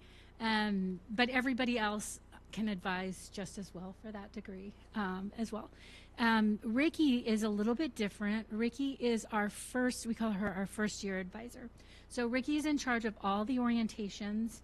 She handles, that's the other piece. In addition to the specialist role, we also do recruiting events. So Ricky does a lot of the recruiting events, all the orientations, which is a huge piece during orientation season. And then she is a point of contact for prospective students. So if you have a student who's waffling and you say you need to go talk to a bachelor's advisor, if they're thinking about moving to a bachelor's program, if they email, it's Ricky that they're usually talking to understand what does this degree lead to? What job can I do at the end of that? So Ricky usually handles that piece. She also follows up with them because usually at the time of, I won't say usually, that's not fair. Some of the time at orientation, their ed plans, because their credits aren't posted yet, are not finalized. So she follows up at the end of that first semester and sends them an updated ed plan to make sure milestones are on and everything's posted and everything's correct. So that is pretty much how that goes. Questions about who does what? She does see walk-ins during walk-in week. She does not have scheduled appointments because she's orientation prepping and recruiting and all this. They can, yeah. So if it's a student who says, "I think I want to do something in healthcare, but I have no idea what," then they can make an appointment with me. They can go to the assigned advisor for the degree they want. Ideally, if they have no clue what degree, they're just like, "I want to do a bachelor's degree here," then any of us can see them. That's not a problem. And then in addition to all that, Ricky also handles the bachelor degrees emails. So we each handle our own email, but then she also works on that. She's busy. She also works on that as well. Anything else? Another change that we recently moved to, we used to email out every active student. We emailed an ed plan to every single semester. That was a major time consumer. And so what we have moved to is trying to teach the students how to use our student advisement report. Take a little bit of responsibility. And it's nice because it's something that's available to them 24/7. If we're on Christmas break, if we are out due to crazy circumstances, that is something they can always pull up at the drop. If they have the internet, they can pull that up. It's been an interesting transition to teach them to read that. It's not quite the friendly format that our ed plans are that they're used to. So that's been interesting. If a student absolutely does not understand the student advisement report, there is a form on our website that they can request an ed plan, and we'll gladly send them one. There are a few companies, Orlando Health is a big one, where they actually need a signed ed plan, and we will provide that. And so that's one of the reasons that students request an ed plan. On that note, talking about I'll take a second and be selfish and talk about health sciences. The clinical science specialization is a big question mark for a lot of people. That degree is not technically a degree that leads to an employment. Molly covered that previously. My recommendation also, it's meant for students to go on to clinical graduate programs like PA school, med school, pharmacy school, et cetera, et cetera, et cetera. Most of those programs are highly competitive and require GPAs of around 3.7 to even have a crack. So generally, if a student comes to me and wants to talk about clinical science and their GPA is about 2.2, or in general, if it's under 3.0, that's not a great choice for specialization for them, and we talk a lot about alternatives. So if you have somebody that you think that they need to have that conversation, send them me. I'm more than happy. That conversation scares some people. It does not scare me at all. I've had a lot of dream crusher kind of conversations. So don't hesitate to send anybody to me about that. Any overall questions about bachelor's degrees? We are here. We are happy to collaborate. Any questions you might have. One note: next week for our appointments next week, the department decided to be proactive, and we have moved to phone advising only for next week. The students next week have. Did she? Okay. They have been already notified that their scheduled appointment will be by phone. Okay. All right. Well, there we go. For us, yes. Yeah, absolutely. Okay. Awesome. It's always good to see you all. Thank you.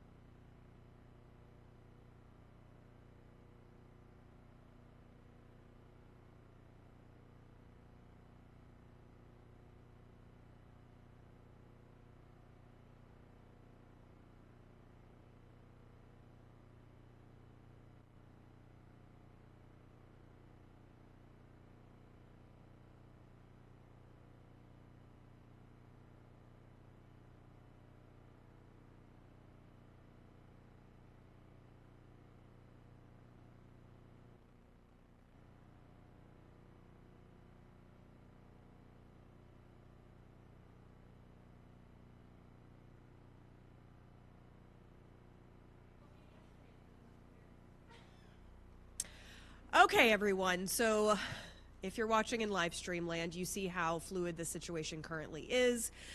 You've probably gotten the email with the updates from Dr. Lorenz.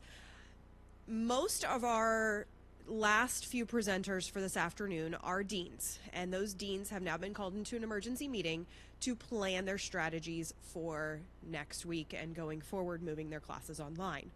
So that does not mean that we have a lack of information here. We still have a couple more presenters that are not academic deans that we are working to reschedule. But in the meantime, we have a more fun Seminole State update. I may have apprehended our next presenter in the hallway. Kurt Esser, he is our athletic director, and he's going to share all kinds of fun stuff about the new health building and what's going on with athletics. Well, thank you, everybody. It's a weird time for all of us, so I'll just go ahead and kind of fill you in on what's going on with the Raider Center. Our projected, I'll kind of start at the end, is our projected opening date is October, November. If you've been on the campus, you've seen that walls are down, things are progressing. It's finally got to the point where we are actually knocking down walls. The plans have been in the works for about 2 years now. So October, November is our hopeful open time frame. It will house athletics, rec sports for our students, and then some wellness component for our faculty and staff. We don't know the extent to that right now because, as far as programming, because we are all under a budget crunch right now. So at minimum, though, we'll have a side that's kind of dedicated to cardio, overall wellness. We'll have a basketball court in the middle, and we will have a kind of a more strength side with weights, free weights, where you can go and squat and deadlift and do all those fun stuff.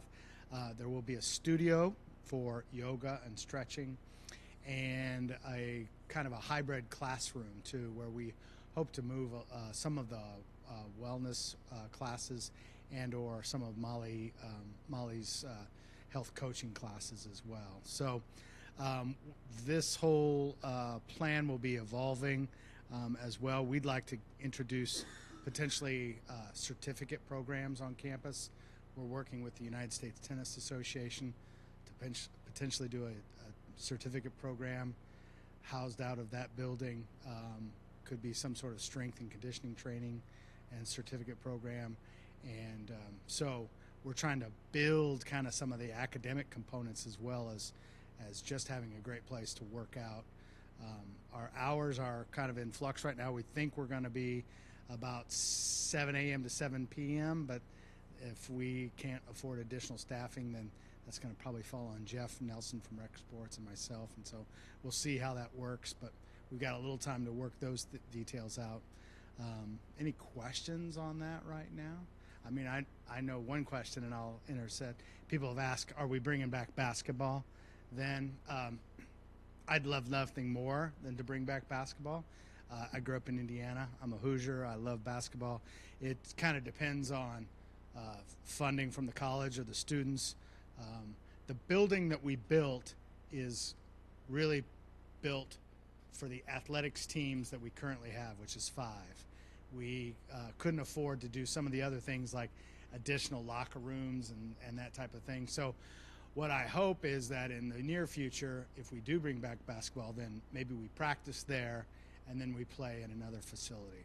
I don't know what that is, but I know there's a lot of great kids in our community that we could connect with and maybe give them additional opportunities, which I believe is the purpose of athletics, to have give a kid a chance who may not always be thinking academics, they're thinking athletics, but then the light bulb goes off and they go, oh, I can get my 2-year degree here, and that can set me up for a 4-year degree, or I can meet my next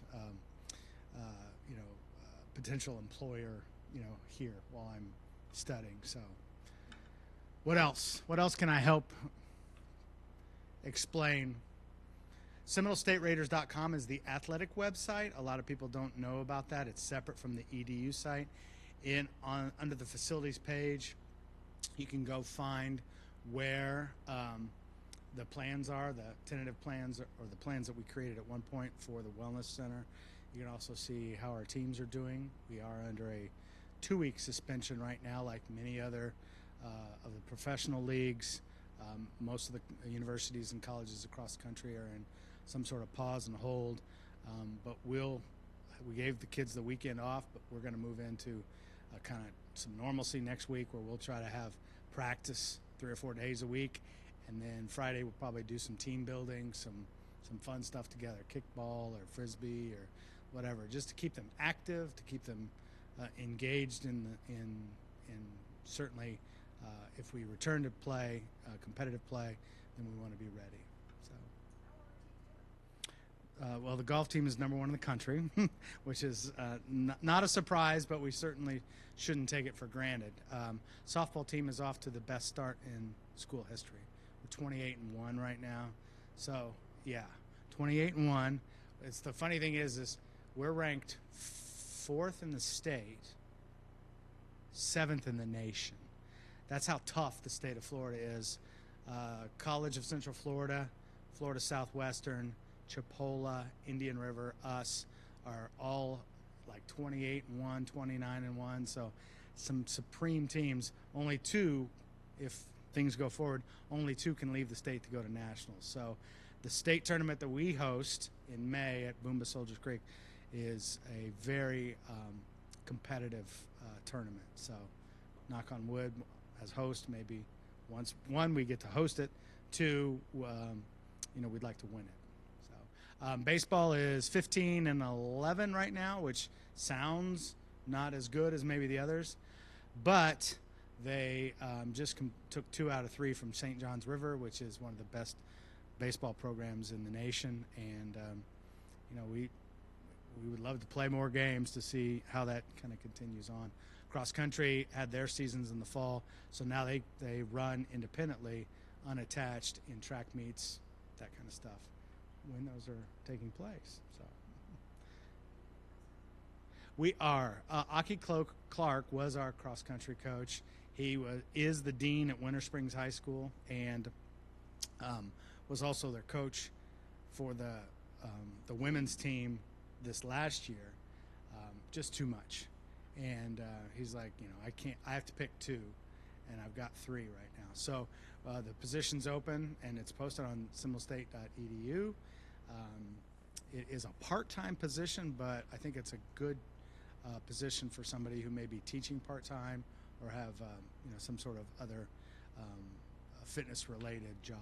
So we'll hopefully look to close that position by the end of March, and then have somebody on board in April. So yes, we had the golf team donors purchased a van for our golf team in the neighborhood of $34,000 that about 20 individuals and companies gave to. So it was tremendous. And the backstory to that is one of our women's golfers, she was out on the putting green and putting against just a gentleman in the community, and she just cleaned his clock. And he's like, "Who are you?" He wasn't familiar with our program. She goes, Sophia Warren. I'm with the women's golf program at Seminole State, and we're national champs and blah, blah, blah. And this gentleman's name is Brent, and Brent's like, well, how can we help you? And she goes, "We need a van." And Brent led the effort, including a large donation from his company, to go out and find other donors. And so it's really not what you know necessarily. Sometimes it's who you know, and the that confidence that our student athletes walk around this community with. So I know she's going to Florida Gulf Coast. She's got a scholarship there to play women's golf after leaving here. And I told John Gillen of the foundation, I said, we need to keep her on our radar as a fundraiser, because she certainly walks around and has a great air about her. She's a great student. She's a great student athlete, and just a fun person to be around. Faculty softball. We have our annual game in November, and that's one of the reasons I'm really excited about having the Raiders Center open. The official name is the Raider Center.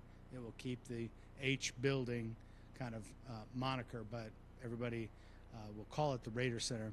But I'm excited to have that building open because during the summer we have faculty staff games, either basketball or volleyball or dodgeball or whatever other sports that we as a group come up with. So that's our hope.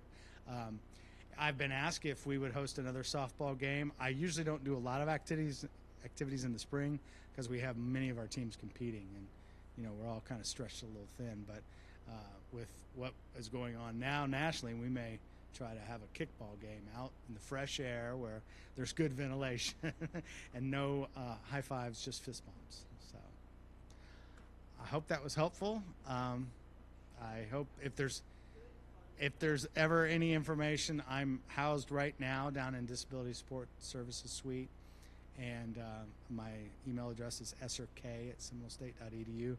I'd love to get feedback on what you'd like to see from the Raider Center. It is, yes. Yeah, so we'll have athletics, all the staff over there. We'll have rec sports staff over there. We'll have faculty lockers and showers that faculty, staff, and students can use. And then our athletic training room, and then we'll have our athletic team locker rooms as well in there. So we'll have to find new places to park the bus and the van and the 2 golf carts. So run a little transportation division over there too. So, well, thank you. You're welcome.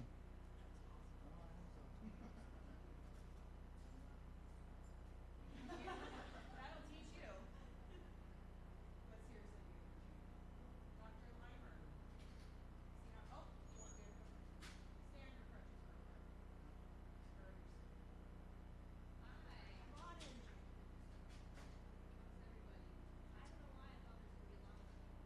Well, there usually is.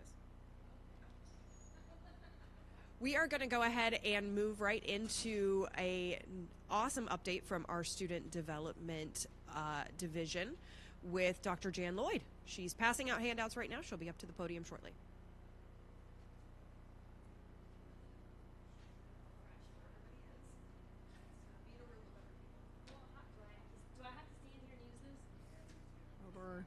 Well, hello. Sorry, but if you don't know me, I'm Jan Lloyd. I'm the Associate Vice President for Student Development. I'm here with Jackie Bradley. I don't know if you know Jackie Bradley with our Destination Graduation Program. And Jackie is going to speak in just a few minutes, and they were nice enough to give me a few minutes just to share some, Q&A, whatever you have. I know you've been hearing from a lot of people, but what I wanted to share was some support resources that we have. I know many of our academic advisors are very familiar with our Destination Graduation Program and how we support students financially through unexpected emergencies. Hello, like we're in one right now, right? And but I also wanted to share some other things that you may not be as aware of. And so I'm going to kind of skip the first part. But some of you may or may not be aware that we also do child care assistance. So if students need child care, tuition covered, or registration covered, we offer that as well. There's a specific website. You can just put child care in at the Seminole State website and it'll pop up. We do push all of those students through Destination Graduation, so Jackie ends up seeing them. But it is a separate fund of money that we have available, and so our rules are not necessarily as stringent with the emergency funding because we have a separate fund available to support child care assistance. I think many of you know the food pantry, and Jackie's going to touch on the food pantry and also share how we're providing those resources at other campuses, so it's not just here at Sanford Lake Mary. I really wanted to share and highlight our new Feed the Need program because I'm going to be honest, I don't think that I've done the best job really marketing this. We put some information together and sent it out to advising or to Debbie and to Chayla. But this is like an additional step to the food pantry. So we have a separate fund of money available for students who are looking for a hot meal. And so there's really no criteria other than they come to you and say, I'm hungry. One, you can refer them to Jackie for the food pantry, but then we also have, versus like canned food, we now have a new system where we can add up to $9 or $10 onto their student ID card, and they can go get meals at Canteen. And so now they can get a hot meal. And so I really want to encourage you guys, as you talk with students or meet with students who express hunger issues or anything like that, that we're able to do that. There's really no stringent criteria to this opportunity. We're not putting flyers out, because if we put a flyer out, then the money's gone like that, because we do want to make sure that there are students who have hunger issues are the ones that are getting it the most. But I did want to share that so you can refer students to Jackie, who will set that up, and then they can use their ID card up to $10. The other thing that we're working and we have a partnership with is with the Pregnancy Center. So there is a mobile pregnancy unit that comes to our campus. You may have seen it parked out front on occasion. They rotate predominantly through the Sanford and Altamont campuses, and their schedule does vary quite a bit, so we work with them from semester to semester. And this is a free service for women who think they may be pregnant or may be pregnant and may to get some pregnancy tests done or an ultrasound done or something like that. So I put for now that the campuses, they're going to be April, well, we'll see, I have to follow up with them. April at Sanford Lake Mary, and then in May they were supposed to be over in the Altamont campus, but that's a new partnership that we have. And then a partnership that we've had that not many people know about, and we probably haven't done a lot of referrals, is Dress for Success. And this is a small group. It's for women who need interview clothes. So if they're going out on an interview, or people are graduating and they're like, I don't have a business suit, I don't know what to do, we are a formal partner with Dress for Success. And Jackie and our Career Center can do a referral form over to them. And they do have to have the referral form to visit, and it's completely free. They get to go to the Orange County location, and they get to basically shop for business suits if they need them. It is specifically for women only, but it is an additional resource in case, as you're meeting with students, they kind of talk about that. And on the back, we have two additional things going on. Just FYI, we have a partnership with Victim Services Center. So two different things is that we have online violence prevention education programs. It's in Canvas, and students can participate in those. There's one on sexual harassment. There's one on sexual assault awareness and prevention. There's one on active bystander training, and then there's one on healthy relationships. And again, depending on the conversations that you have with your students in your advising session, you could offer these to them. It's completely free. And then we also do random gift card drawings for people who do participate in these online workshops. And then new this semester, we just started, again, with our partnership with Victim Services Center, is that now we're offering any survivors, any sexual violence survivors, an actual formal meetup. It's free. They do this at the Victim Services Center location in Longwood, but this is brand new. We haven't put the flyers out yet. So a lot of our counselors may be having conversations with students about these issues, but again, if students disclose things to you, feel free to give them as a free resource that they can do, and the information is on the handout because it's offered, I think, the fourth Wednesdays of the month. So that's kind of a highlight of some of the resources that we have, and it was really just, there's so much going on at Seminole State. I wanted to make sure you were aware of these resources because it changes constantly. And then Jackie's going to come up and talk about Destination Graduation if you're not familiar with it, and then just our food pantry. So any questions? Okay. I know.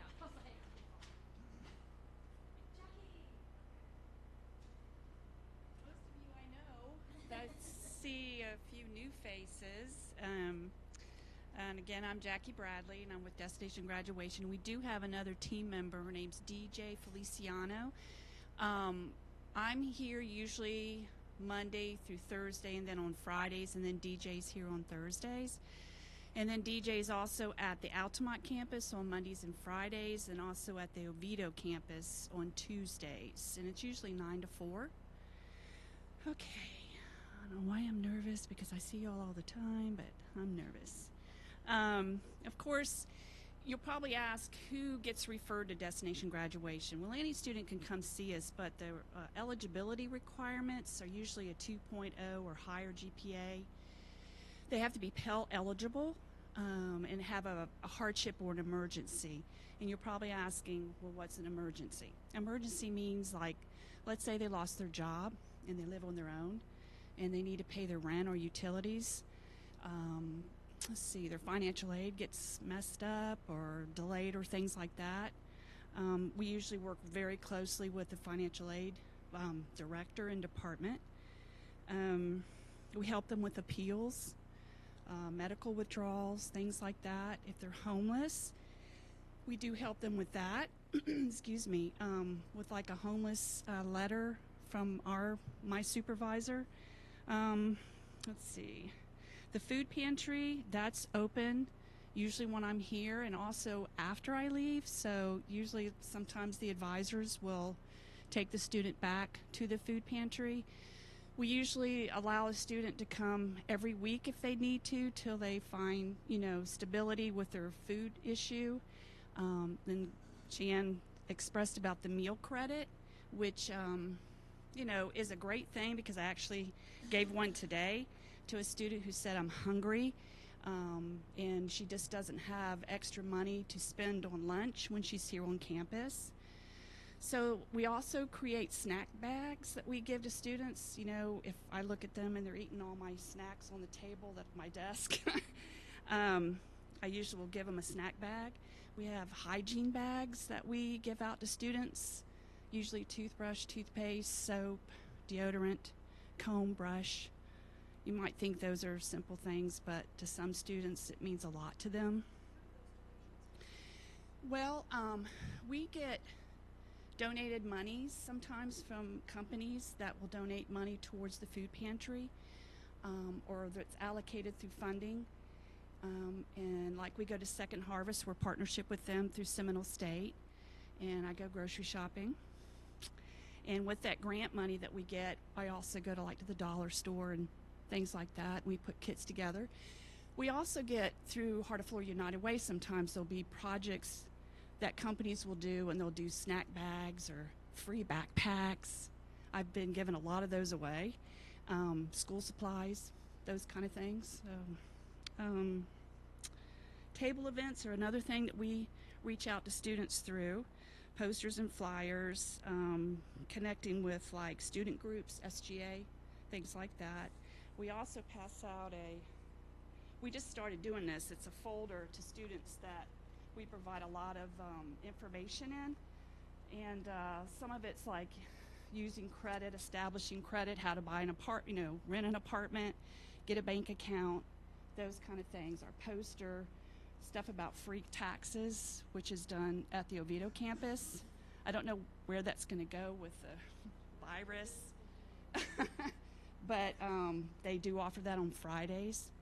And there's other locations that also do it. Just different kinds of information that we have handy. We've put it together, and we give a folder to a student. Let's see. There's other ways that we get students involved. There's been some Heart of Florida United Way events that they've attended, like the Women United Luncheon. We had 3 students that attended.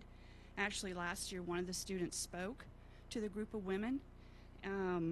They just did a interview with Channel 2 News regarding housing issues and income issues and being a college student and working and things like that. So that's going to air on Monday. So yeah, it's pretty neat. So I don't know if there's anything else that you want me to cover. Any questions? Okay. And these are the kind of posters we hang up too. So you'll see those around campus.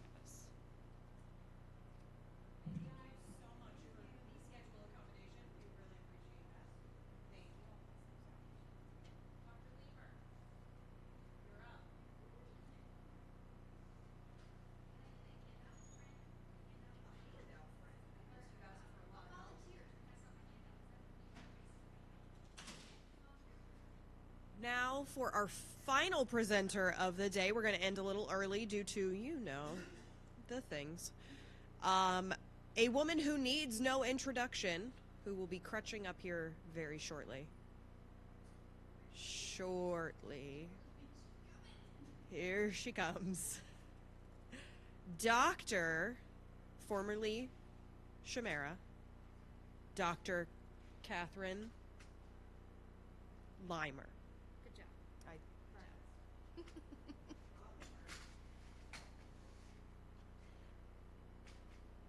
Am I the last one? Ooh, okay. I am keeping everyone from the weekend, although we're still on the clock till 4:30. So hello, everyone out there watching. As Carly said, my name is Dr. Catherine Limer. It was Catherine Camara or Shamara, but I did get married, so don't be confused. Same person. Just wanted to give you guys a little bit of an update on what's going on in career and technical education land. There's been a lot of movement and a lot of changes recently. So if you were in refresh training, a lot of you went to that. Some of this is going to be repetitive, but there is a handout that I just handed out that I did not have at refresh. So rest assured, you are not wasting your time being here. There's always new information coming from our area. So one of the biggest things that we've had is over the last probably 4 or 5 semesters, we've had a lot of programs that have been discontinued. And that is often confusing for people. Can students stay in it? Do they have to leave it? How long can they be in it? When do they have to finish? And the answer is it depends for every single program and every single student. So we look at students, we see if they're 50% or more through the program, then they're allowed to continue, but sometimes they have a very short window in which they can finish, depending on when we're going to offer those courses. So the best thing to do as you see students who are in these programs is to tell them to talk to their assigned advisor. We like to be generalists. I like the fact that anyone in any AS can talk to any advisor and get help, because that's what we do. We help students. But sometimes when there's real specific things, it becomes too complicated to expect everyone to understand every program.